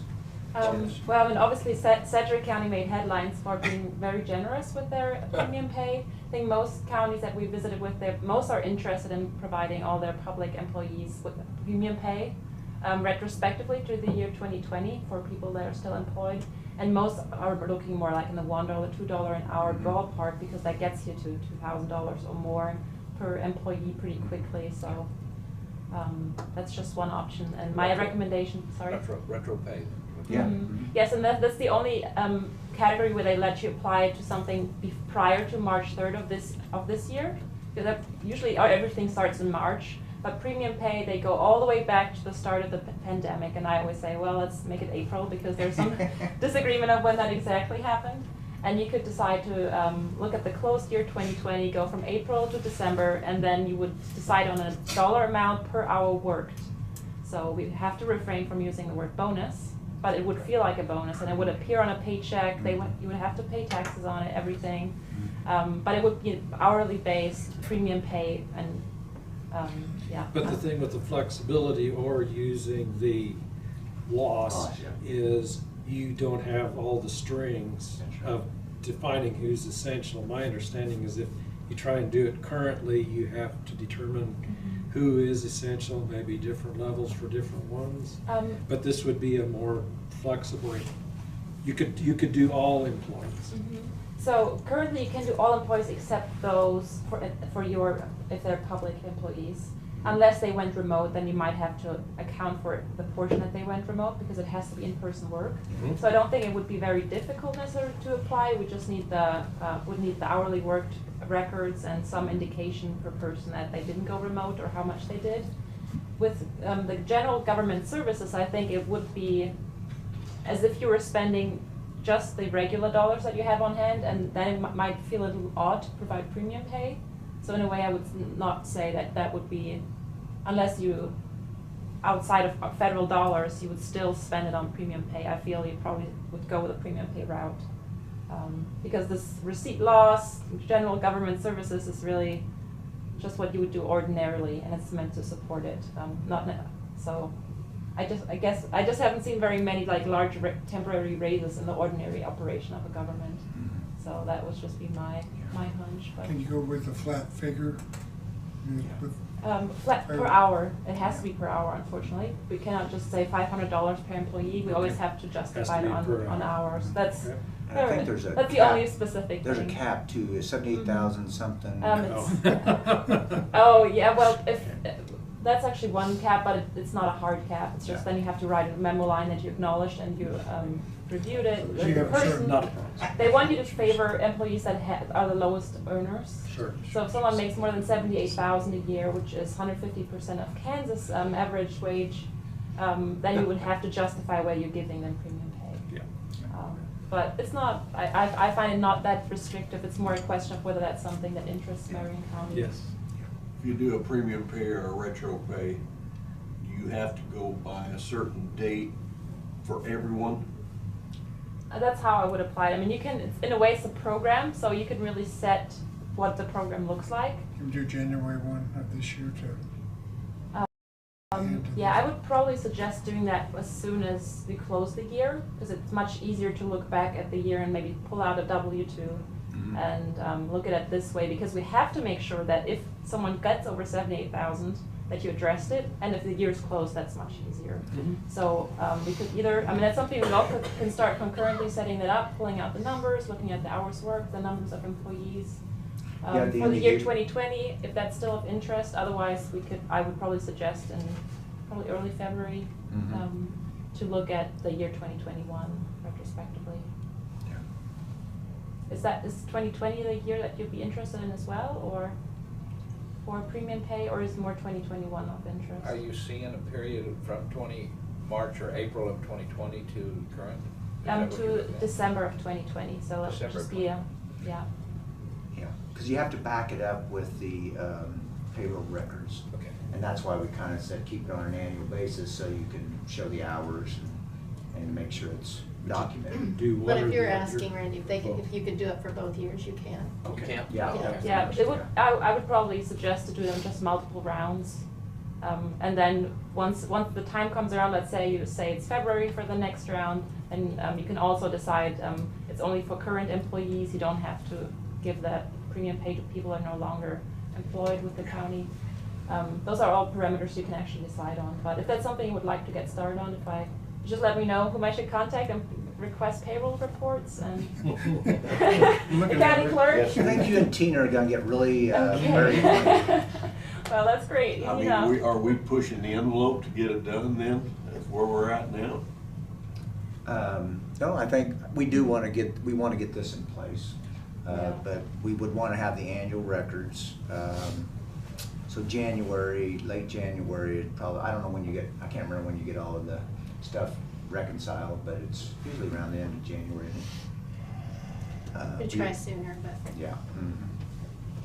Yeah. I'm not making any promises. Yeah, that would just be something that we could just do as By on the then side too, as I this think we'll review. know, I think they'll make decisions on some of this before they go in there. They take a Christmas, holiday up in Washington, so. Then again, last year, wasn't it December 26th, Yeah, December yeah. 28th, when they announced that they're gonna shift the deadline Yeah. to 1 year later? Yeah. Yeah. I don't know, Right. anyway. Any other questions? Commission, I'm opening it up. What's the question, Well, Jeff? first of all, we've got to get on the ball with the framework Yeah. and policies. So I guess I'd ask the chairman, can we give a direction to move forward? Or do you want a motion? How do you want to handle that? I would listen to what you have to say. Okay, I would make a motion that we proceed with the framework and what's the policies that need to go into that framework for the American Rescue Fund, plan funds. Yeah. I'd second that. Second for Jonah. Just get that done before we go into anything else. I'd say that's the first piece. Yeah, that's gotta be in play, otherwise we're getting ahead of ourselves. And we're real close. It will take a little bit. And I was telling Carlotta, I said, if we can get 90% of like those policies, everything as close as possible, there's always things that we can adjust going forward. Because processes and policies, some of them, they'll change as you go forward. You got a new county treasurer, so there could be some, changes there, just the way they handle the processes there, so. Anyway. Okay, we have a motion on the floor from Dave Mueller and a second by Jonah. I got a question. Yeah.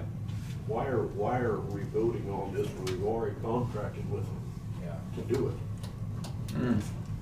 Or I is it just- didn't take it as a contract vote. I took it as, here's the next Direction. step, here's the next direction of your ARPA, just to put it on record. Yeah. But I don't know that you have. Perhaps it's a risk assessment, as the control framework said. You realize you have, it's called monitoring. Check the You box. realize that. It appears to me we- we're You gotta bring her along more approving often. something that you're already doing. Yeah. I didn't get the impression that they were just going to automatically do it. Okay.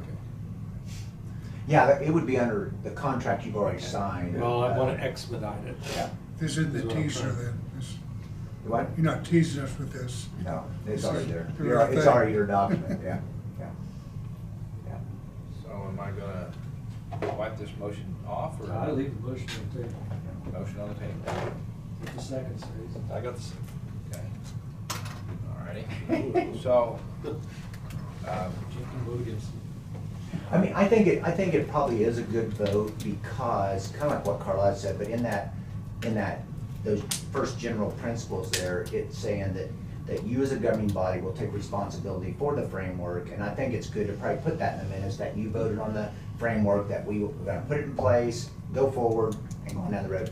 It's a good trail if anybody would come in and question, was that just Scott and Carlotta put together, or was you really on board with it as a county commission to say?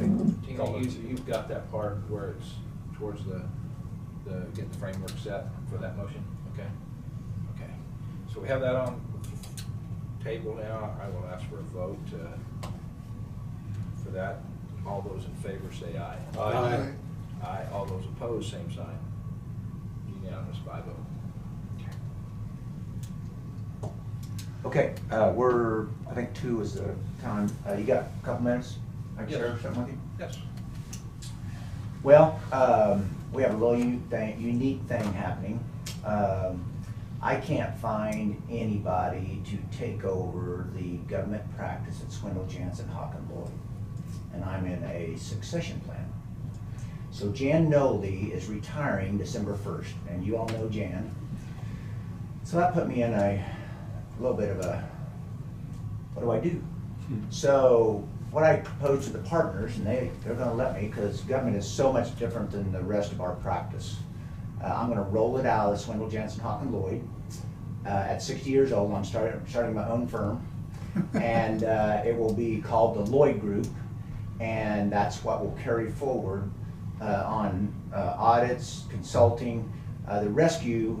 Since we've already signed you up, and that we're still working on the details of that, of how that would be transferred. But literally, there'll be like there's 4 employees or 3 employees coming over with me. Jan's retiring. I'm still twisting her arm after she gets done traveling, if she'd come back and help.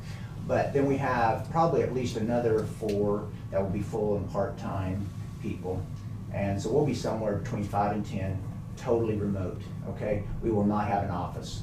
Because we always come out here.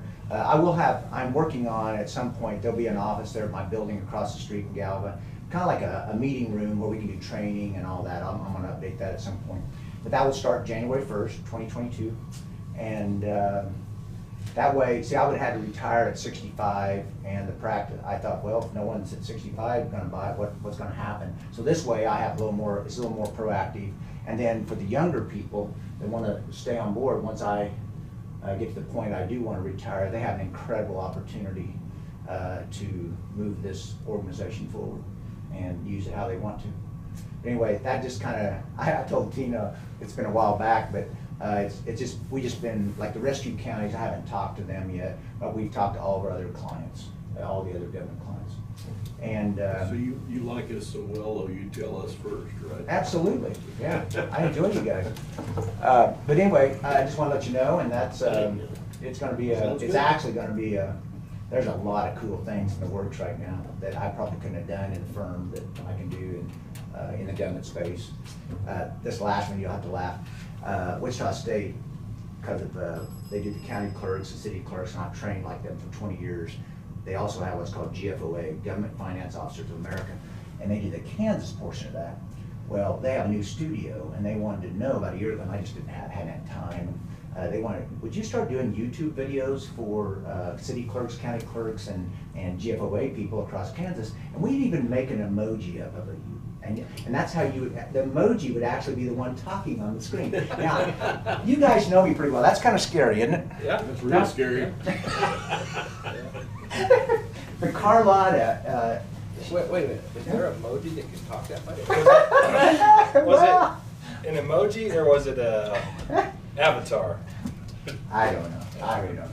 Well, good luck. Well, thank you. Thanks. Yeah, it's actually very exciting. I've had incredible, well, even the Carlotta and the team, you know,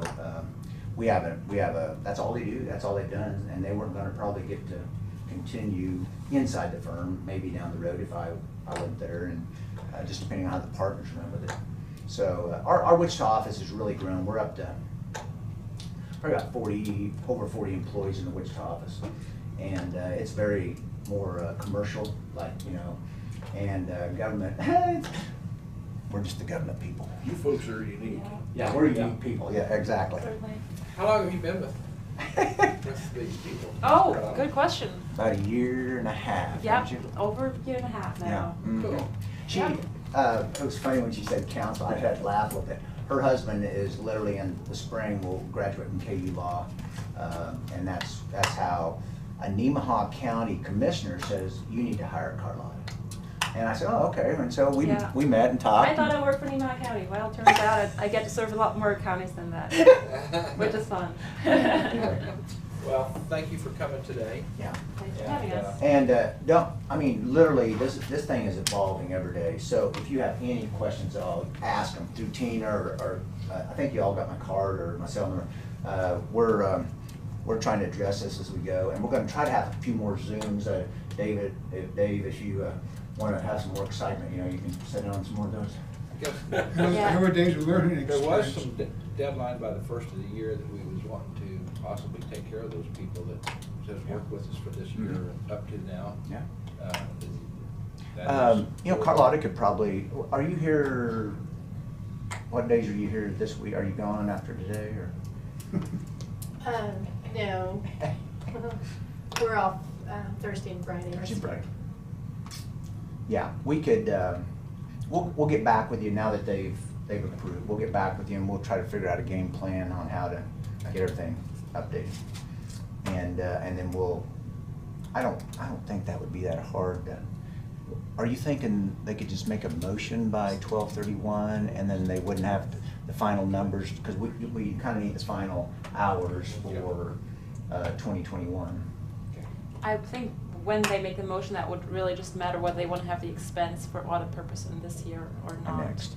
So, Yeah.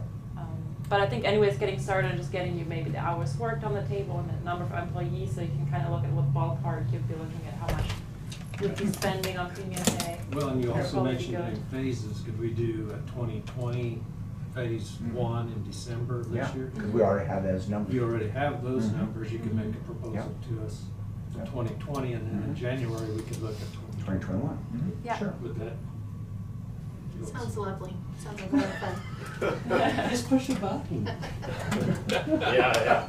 Yeah. Especially when you gotta split it in April, right? Yeah. 2020, you gotta hit Yeah. April, bring it to. Yeah, we'll help you there. We'll see what. Yeah. Anyway, okay. Thank you. Got any questions, holler. Nice to meet you, Carla.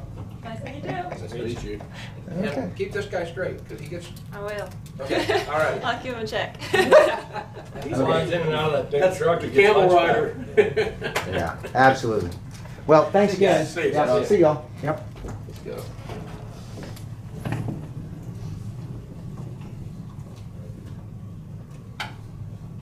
That was neat.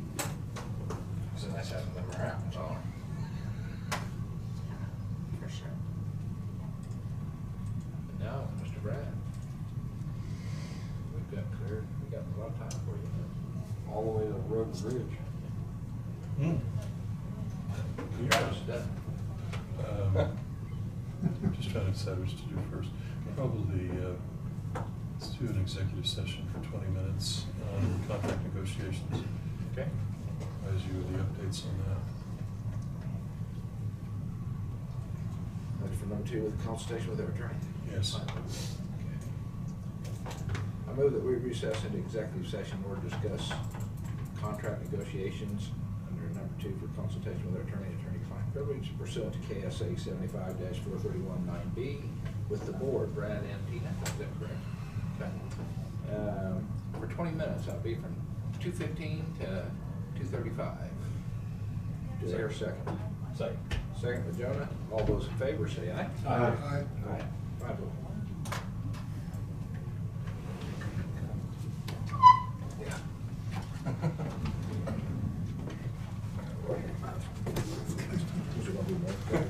Might walk. Yes. Stand up a little bit. Be recorded. Okay, back in session here.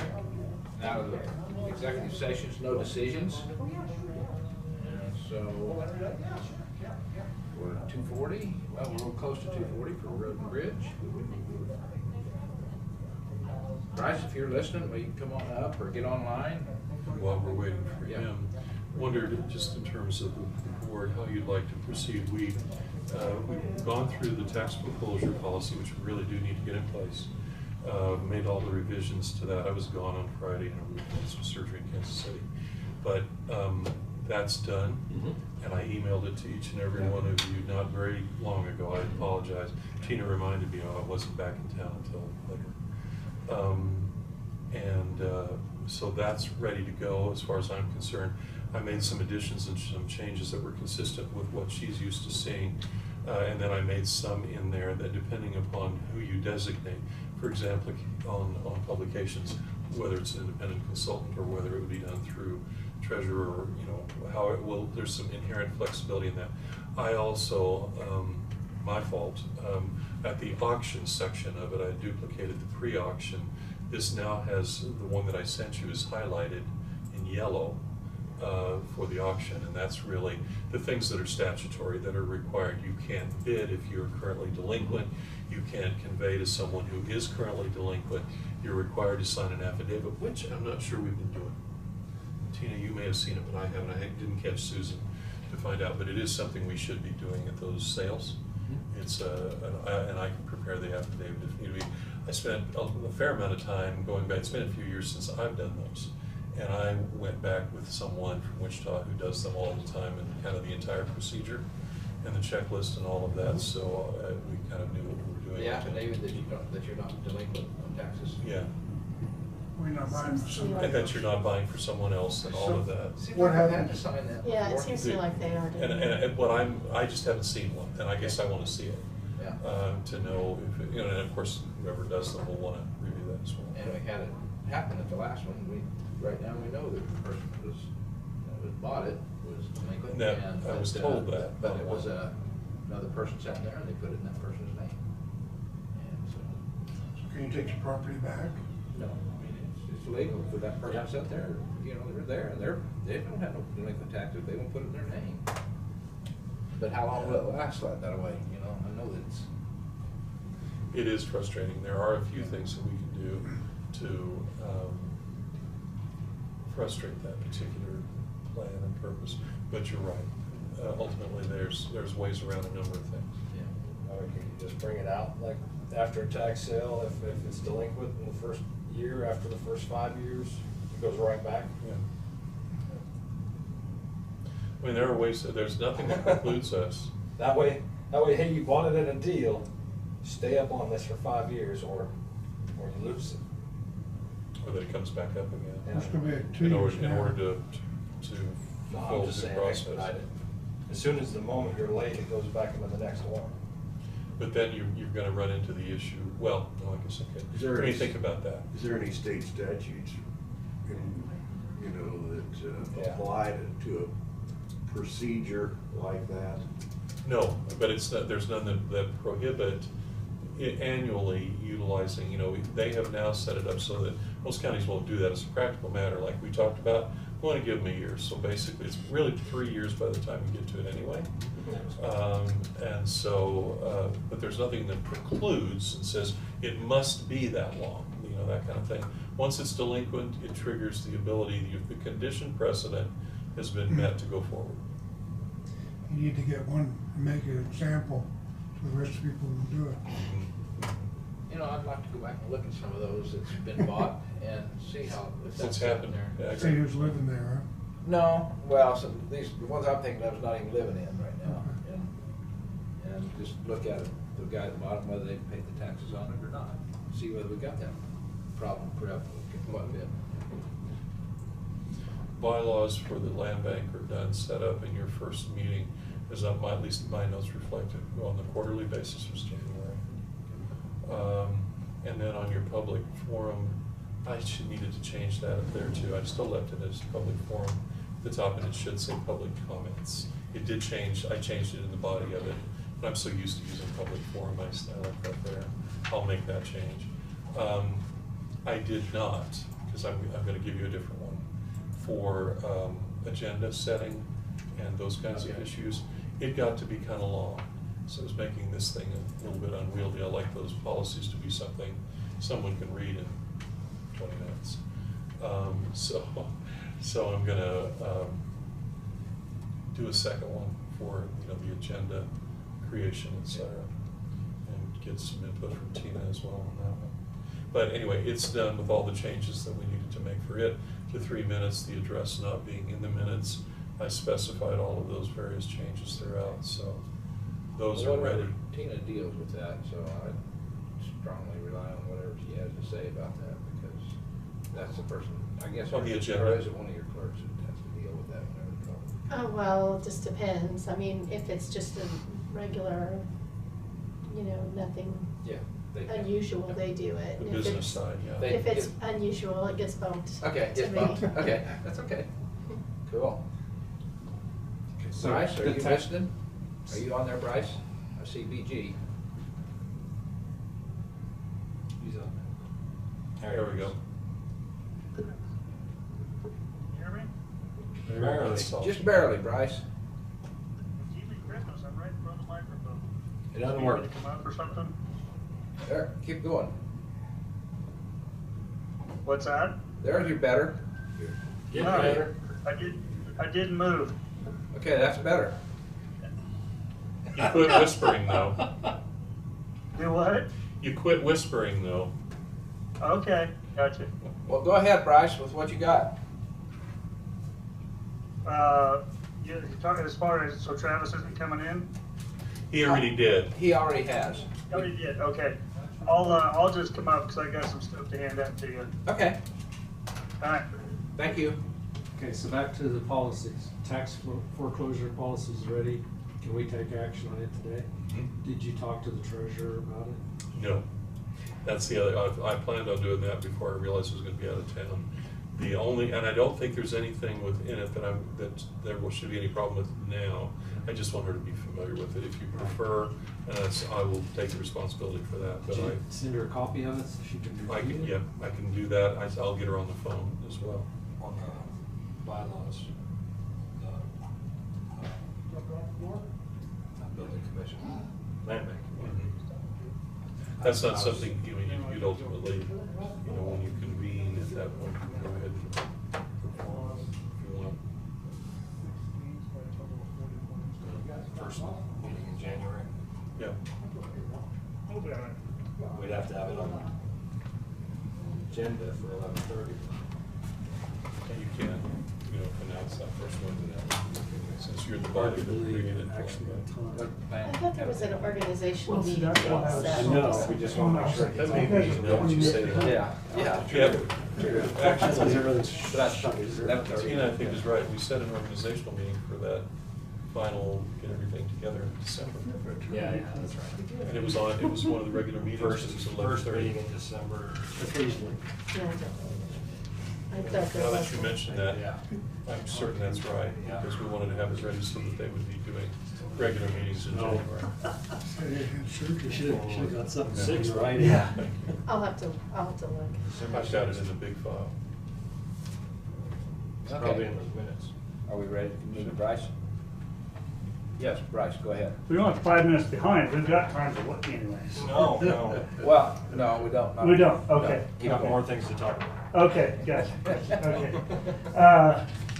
I guess just to touch things up, I don't know whether you talked to the executive session about the crushed concrete? I did. Okay, gotcha. Just remind everybody to do next week, so. Actually, it's now December the 6th, because I wanted time to talk with you about a number of things related to that, just for, he and I had a conversation this morning. Okay. Again, and I just wanted to touch base with you on a lot of that. Okay. I think I sent all of you an email with a picture. The 290th culvert was open last week. Finally, we still have seeding and fence to go. They're gonna try to get to it this week, but probably next week with that going. But as long as the road's open, that's the main thing. We have to put, I forgot the 2 object markers on either side of the culvert also. Very nice. It rides pretty well, Yes. considering what we had to work with, it's kind of tough, so. The Goldenrod Bridge the deck was poured last week. We're in the process of backfilling the south side. We gotta go to the north side as well. We've had conversations with the landowners out there about what we can do to try to prevent more erosion in the past, or in the future, I say. Same thing like we did on Eagle. For those of you that went down and saw that, we pushed that in there, but we're gonna have to come up with a plan, obviously, and then, excuse me, follow through with that, but at least we'll get the bridge, you'll be able to get up and over it, so that equipment-wise and everything else. So we may have to come up with quite a bit of dirt or some sort of fill to be able to make it work. So on the south side, the bridge is raised up about 5 foot from what it was. And so what we want to do is fill in at least that high, if nothing else, maybe go up a little bit. By raising all that up till that berm, hopefully we can force almost all the water through the bridge. Again, with a normal rain, we don't have a problem, assuming the normal rain is not the 6 to 10 inches anymore.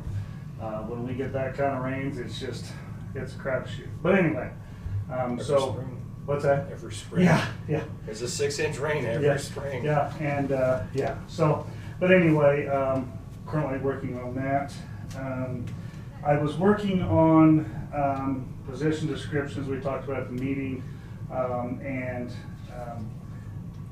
I guess I'll just work on that. I don't know if you guys have done any more discussions, whatever else on the pay plan. Whatever. Okay, kind of. Yeah. Kind of need. Really, we don't run your department, so I mean, you don't really want to be like, well, you need to run this, this, and this. Well, right, and that's what I'm working on. But I just, otherwise there was, just other things I was talking about, but still working on that. I just sent it to you this morning. I don't know if anybody had a chance to look at it. The TEEP application that came in last week. This is for the Pawnee Old Mill 210th intersection right there at the Corps of Engineers. The way it comes up there. As expected, well, I said that one of the options there, based on traffic flows, traffic movements and stuff like that, their recommendation was to make Pawnee all the way through and bring Old Mill coming off the dam to a 90-degree as well as 210th. So again, this is only a draft policy. It does have to get approved by KDOT. The only reason I bring it up is this was another one of the issues addressed on our high-risk rural roads program with the local road safety program.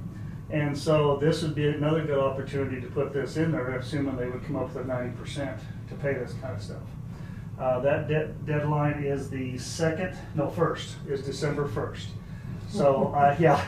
Well, I've been asking for this for about 2 months. There was an awful lot of data. They also looked at the intersection of US 56 and Pawnee and basically come up with a recommendation, no change.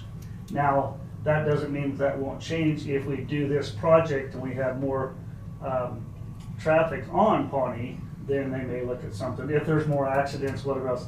I didn't look at, I'm assuming they looked at the accident history or lack thereof. They just had one. If you bring Pawnee straight up, you're gonna be on Corps land, they gonna allow that?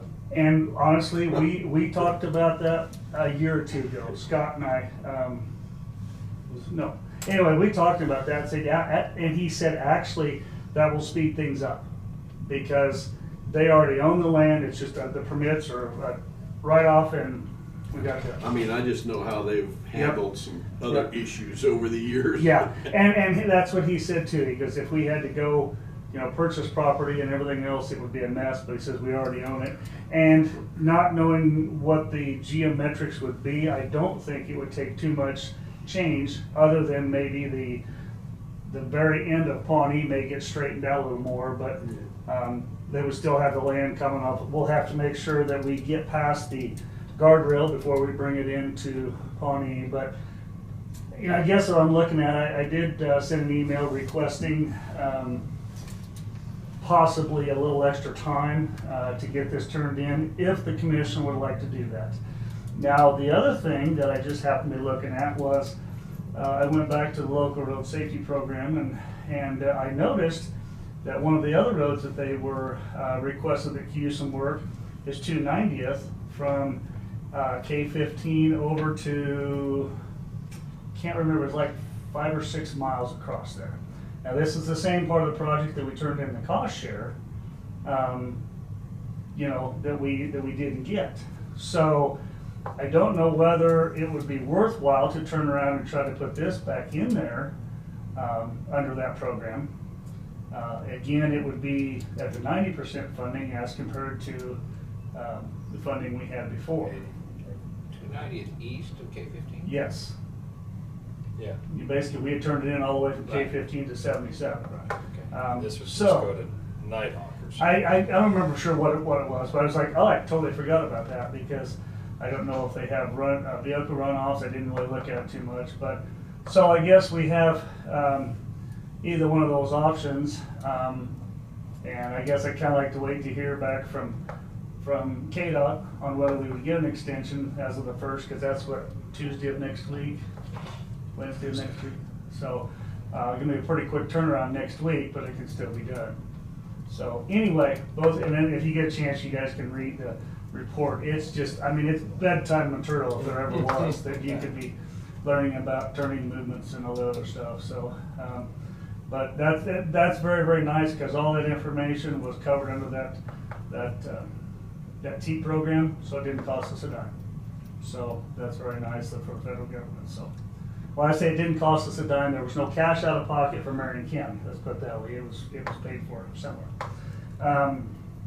So anyway, we can talk about either one of those next week. If you guys have any thoughts or anything else, I did say that we're in the process of taking 2 of those off of there. One of them is the Nighthawk and 190th intersection. Another one was the 130th. Part down there on Indigo as well. That was another one that was on there. So we're getting those projects off there. Upgrading Nighthawk helped a little bit too. I don't know if it really resolved all those issues, but so anyway, it's definitely a progress forward.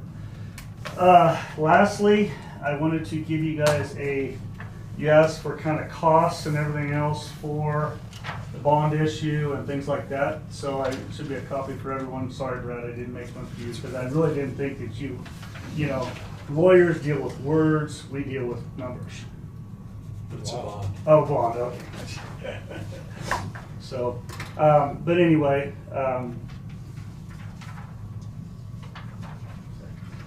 you and Tina can share. Oh. So anyway, these are all the approximate costs that I've come up with, to establish where you want to spend the money and how much. Obviously, we talked about the 290th. I don't know for sure with this. What was the meeting on the 15th? Is that correct? In Topeka, whatever it was. Oh, yes. 15th. Okay. So we have that. Talked about Indigo. I have costs in there for both a 3-inch and a 2-inch. Assuming, obviously the 3-inch would be better, but if we went with a 2-inch, that would give us, any possibly up to $1 million to go somewhere else. What are you doing on overlay for shoulders on 290th? Is that 2-inch or 3-inch? I believe that was That's just overlay and shoulders. Yes, I think I had a mill and a 2-inch overlay. Mill to get the profile back in, things like that. I went looking for that cost share and I couldn't find it right away, but. And on Indigo, you're not doing a mill? No, really don't need a mill, and the cross slope is still there. It's just structure. Okay. But like I said, if you wanted to go with a 2-inch compared to that, you could save a couple $100,000. I think a 2-inch overlay, even with what we have out there, would probably still give us in the 10 to 15 year range. In comparison, compared to some of the other roads that we need some help on. But so like I said, there's both 3 and 2 there. 140th going to Alney. I put the 2 options in there, was the full depth reclamation or going back to rock. Difficult call either way. I did contact asphalt companies and I asked them what's going to happen with asphalt next year. The trend, they're saying trend right now is typically they quoted, he said the oil companies were quoting index. Is that the proper term, index? He said now they're quoting index plus. And they are only quoting oil contracts out for several months. They're not even doing it for the whole year now, based on the speculation of what will happen. Oil price dropped about $16 a barrel the last week and a half. Wow. Okay. I mean, it's pretty vicious. And it's so volatile right now. You don't know. But he said what they were basically telling everybody that they are anticipating with all their people is the 7 to 8% increase in oil. Therefore, the hot mix would go up as well. But again, between now and then, who knows? So, what are you figuring if there was 10 to 20 miles of 2-inch overlay done What are you figuring on doing to prep those 10 to 20 miles? Depends on the road. Like on 190th, what I was promoting was a profile mill of 1 inch. Now, the reason I would do that is I want to put the normal crown back in there. The other thing is, every time you put asphalt on that road, you raise it up, you therefore create more of an edge drop-off problem. So theoretically, if I did a profile mill of 1 inch and then put 2 inches, I'd only gain 1 inch on the roadway. Obviously, we have shoulder problems throughout the county, and the fact is of minimal, if no shoulders. You know, those are always the issues too. 190th would be able to, we'd be able to do a lot more with that simply because of the depth of the asphalt. But I guess my question needs to go just one step further. You go about every half a mile or mile. Sometimes some miles are real bad about just dips and it's already stretched and cracks pushing out. What are we going to do about those? I mean, you got to do something before you put the overlay on. Well, and that issue comes down to the fact is the more you want to do it, the more it costs. Now, like I said, that on 190th, that is one of the things we could do because, I mean, I'm guessing we probably have 8 to 10 inches of decent asphalt. One of the things, well, I should say, the only thing you're going to do to get rid of those cracks is to do more of a full depth or some sort of recycle, a cold recycle, a hot recycle. You mill 4 to 6 inches off there, and then you go back with it. The only way you're going to get the cracks totally is to go clear down like we did on the full depth reclamation.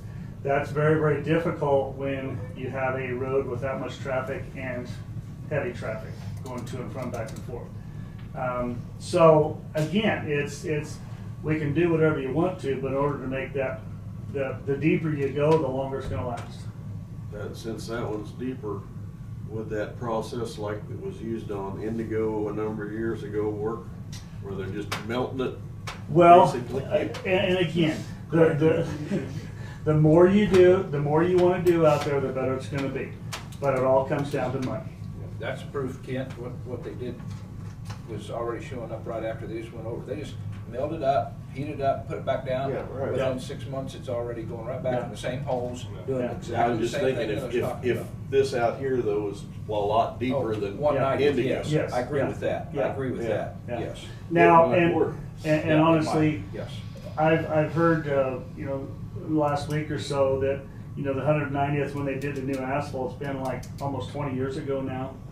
Then that was when the new asphalt put on there. Well, then they tried to recycle it. Well, in the meantime, that base hasn't held up the way you wanted to. So that's why we're developing problems. There's just not enough structure. Now, to go back and do, that's another process there where we could go in and totally rebuild the road. But again, it comes down to money.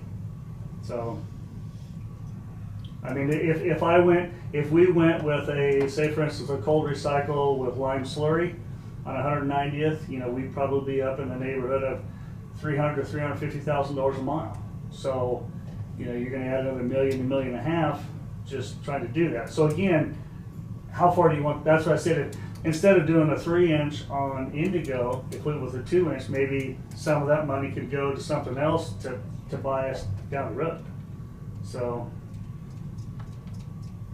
yes. Misspoke on the $16. It's down $7.50 from all-time high in November. Oh, okay, gotcha. Okay, so.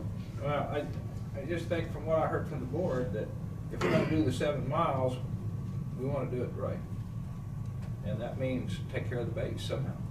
That's 7 miles on. Or the bottom from 120th down to county line. Okay, On right. Indigo. Right. Well, that's what I'm. Down to 70th. Yeah. Down to. Well, and if you guys are Yeah. that concerned about doing that, basically you're looking at some sign of a full depth. Now, I don't know whether you need to go the full 12 inches. We can maybe look at 8 or something to that effect. But the problem with that is when you go down and now you start getting into that base and mixing that up is now typically you have to add more up on top for the heavier loads. So now you're going to do the full depth reclamation, and you're going to have to turn around and probably put at least 2-3 inches back on top of it just to put your structure back on it. Now, with that being said, you're going to have a lot better road because your base is taken care of, and it's going to last longer. But again, it's that initial upfront cost. gotta go the thicker route when we plan on anything, because everything's getting heavier, it's not getting lighter. Yeah. Now, again, you know, if you are interested in doing, you know, that kind of recycle process, we can do more, you know, examination or design or whatever else, because they actually have formulas that determine what you have. We can do some base calculations. They can determine what that is and then go from there. But that is what we have the time. I don't know, again, the other thing that hurts us really, really bad is moisture. Where that moisture is coming from underneath there. I mean, like I said, at times you see water come out from underneath. That's another thing to where do you go? The other thing you look at is that the more you do to that road, the longer it takes, the more traffic is impacted. Both the type and length of work out there. Because like the full depth reclamation, they recommend keeping heavy traffic off of it for 3 days if you can.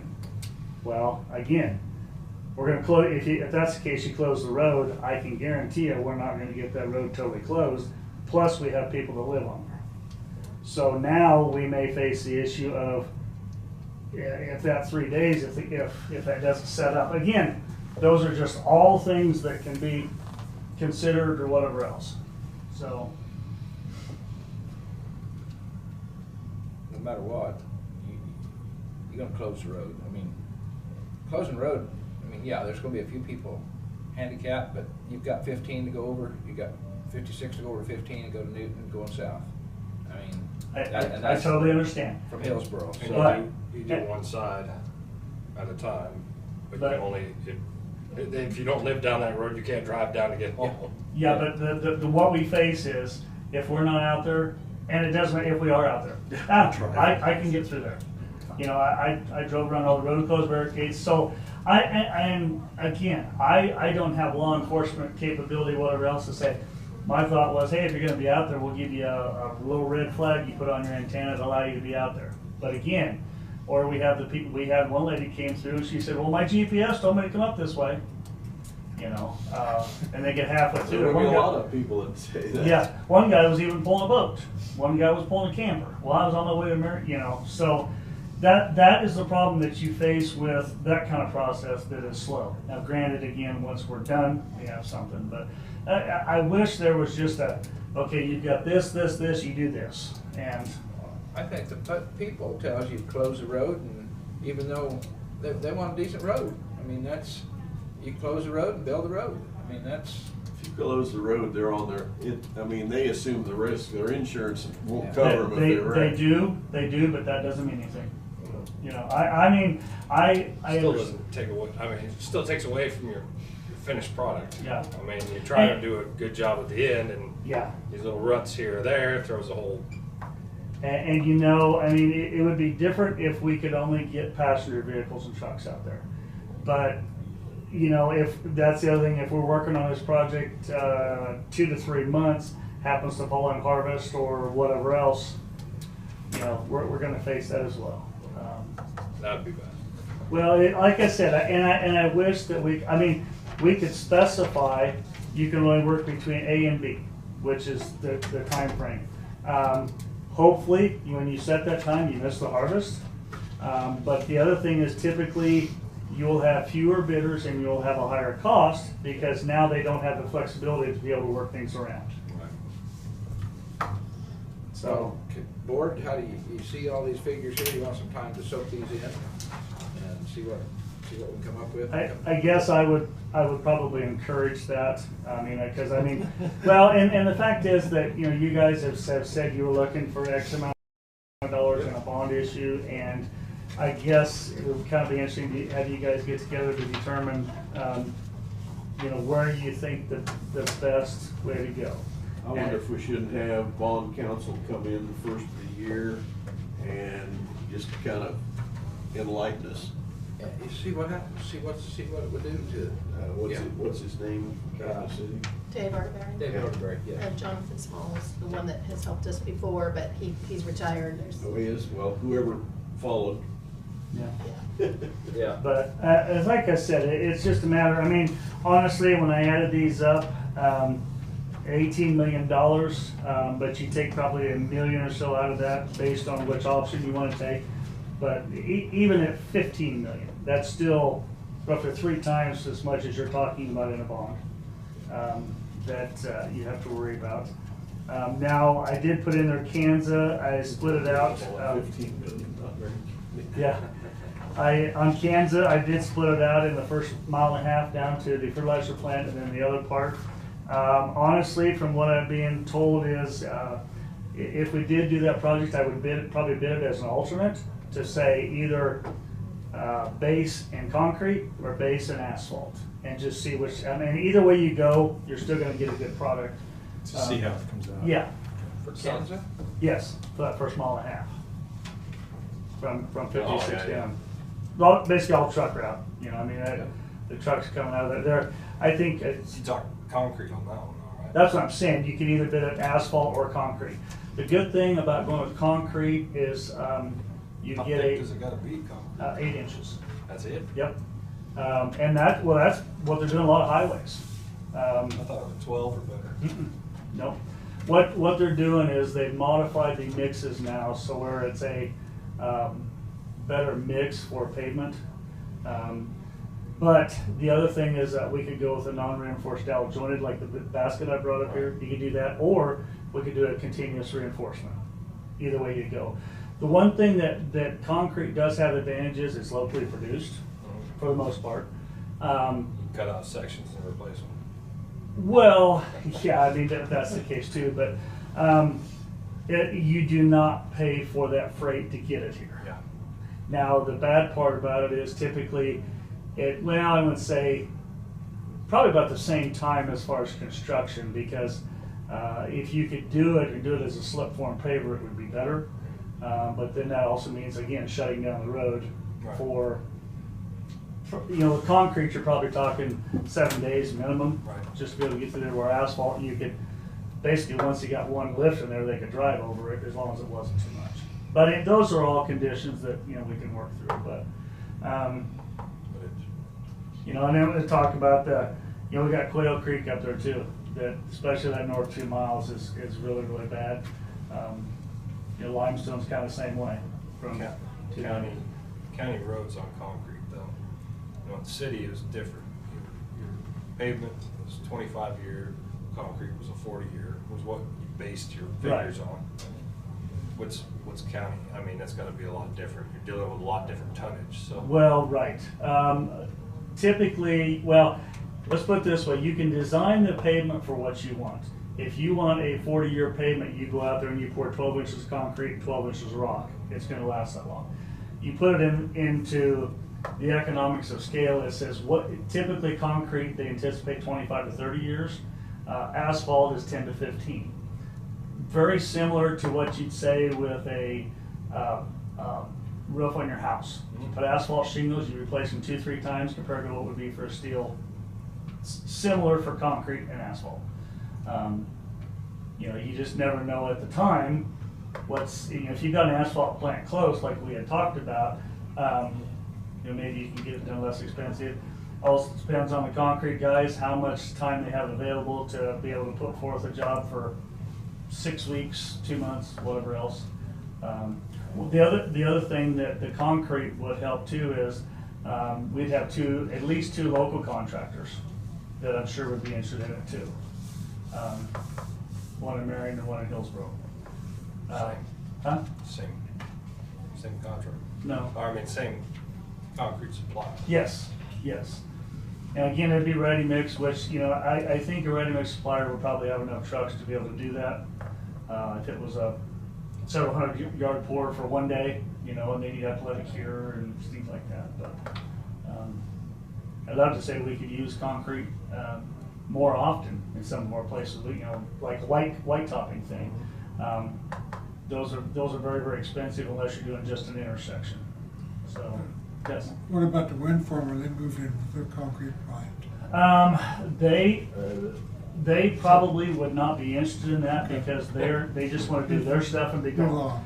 Second of all, they don't have to have as pretty of a Yeah, yeah, yeah. It's a They, completely different purpose. Yeah, and they, Completely different I don't know. They got trucks. Yeah, I don't know what their plan is, if they're using dump trucks, if they're using ready-mix trucks, I have no idea. I will tell you that they've submitted some information to us, and Sharon and I went over as far as that plan, so they are in the mix. But, you know, again, it's, and to say that the asphalt wouldn't be locally, I mean, we've talked about it, it's either Emporia, Abilene, Salina, Wichita, you know. Do you know is 15, are they gonna finish 15 next summer? From, Because I was just on 15, they had a plant about 5 miles into Dickinson County, okay, and they went from that plant all the way to Clay County. And I don't know how much farther they went, but they did nothing from Marion County south. And that correct, correct.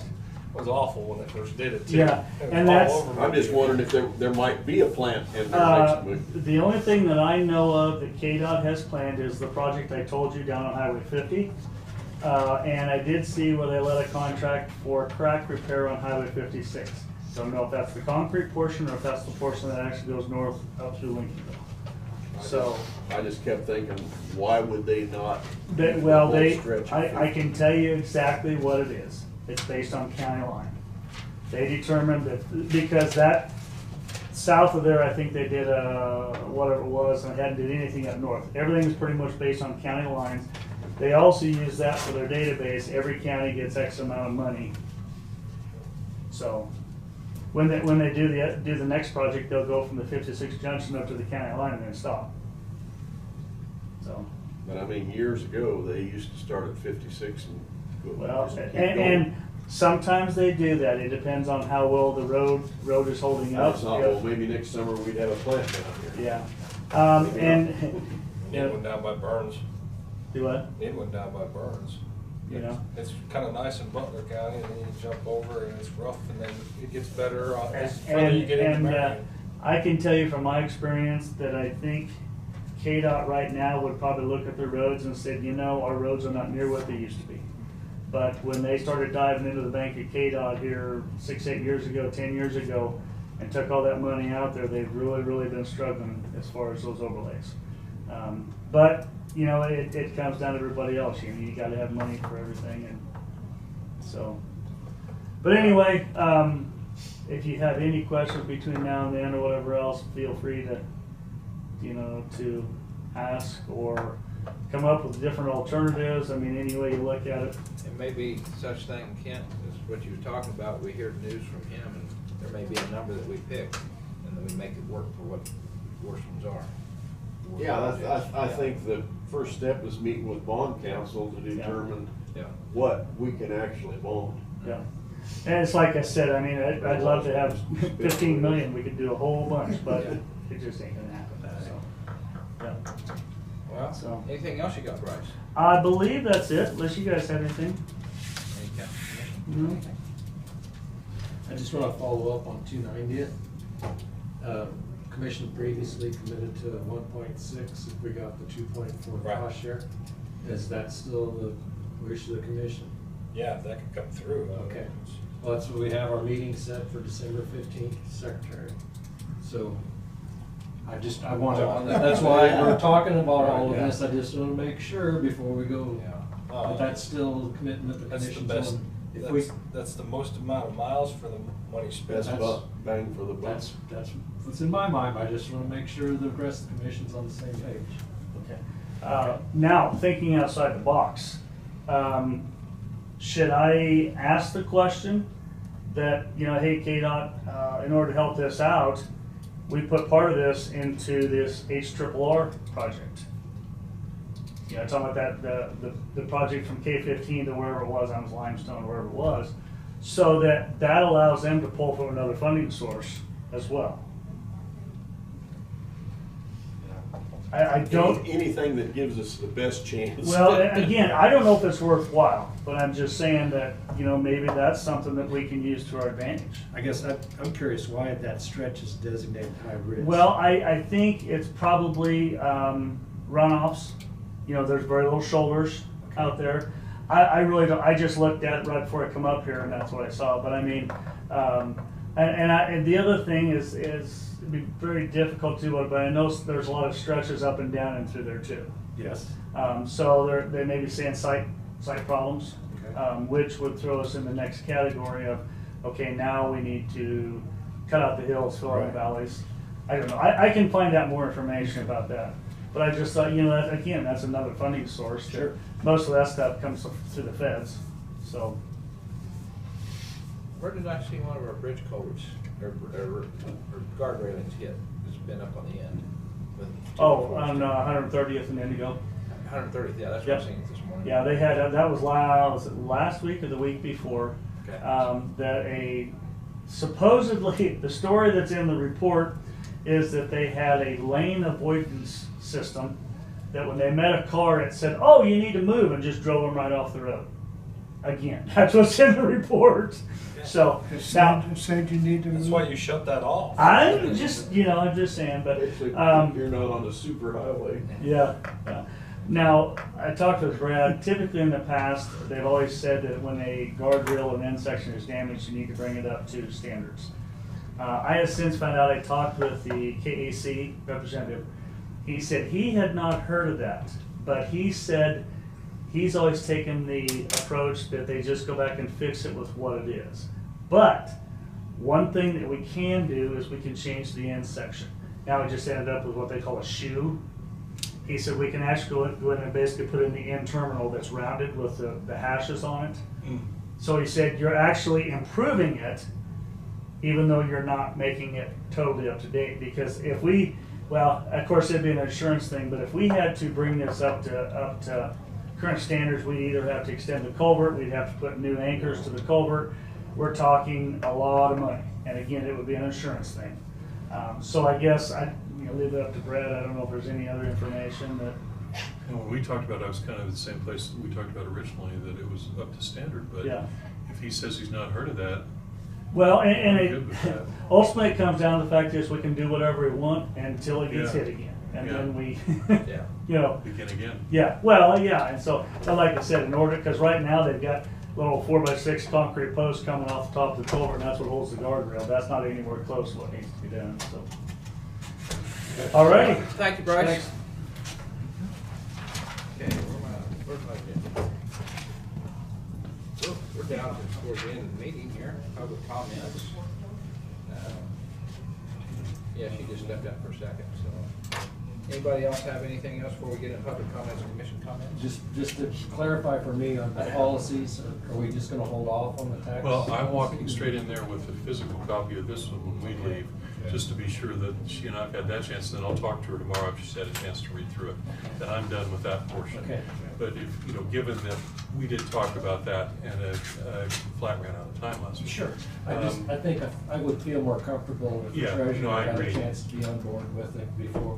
I'd just like to get some of them off. I that agree, list, so- and that this one is time sensitive, we do Yeah. need, but Yeah. if we delay it till the 30th, we're still okay. Still okay, yeah. Okay, and then we can do the forum policy on the 30th. And I'll go ahead and do the complimentary one right away Okay. for Just agenda involved. placement and that kind of thing, and we can just read those together with Okay. each other. Okay, so All right. then we will check those off. Yeah. We're looking for some more red checks up there, right? That's right. That's what you're looking for. I need to add a bunch of stuff on there that I can just check off. Oh, okay. All right, Brad.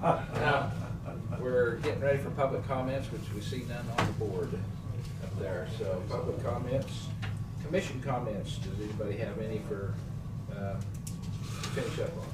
I will just say I got a thank you card. It's for all the county commissioners from Tampa Trail Fest for the tourism dollars. I keep forgetting to give it to Tina, so I'm just gonna announce it and then pass it around. Okay. But they do appreciate it. It's just a flat card thanking the commission for the tourism dollars. Thank yous are always nice. Yes. And they are showing some still interest in it. I mean, is interest being seen? Oh, there's a really good turnout. Good. Maybe a couple hundred. And what's shocking about it, used to always be all the old people. Now some old people show up and they don't know anybody because it's all young kids. Oh, right. It's all young people. Cool. That Which goes is awesome. Okay. Very successful event. Well, with that being said, then I make a motion to adjourn. Second. Second by Jonah, all those in favor? Aye. Aye. 5-0. Cool. And you want these, for Tina? Or Christmas card to you? Here, hand them down. Bring, you know what you. Shut the meeting down. Oops. One of your feet.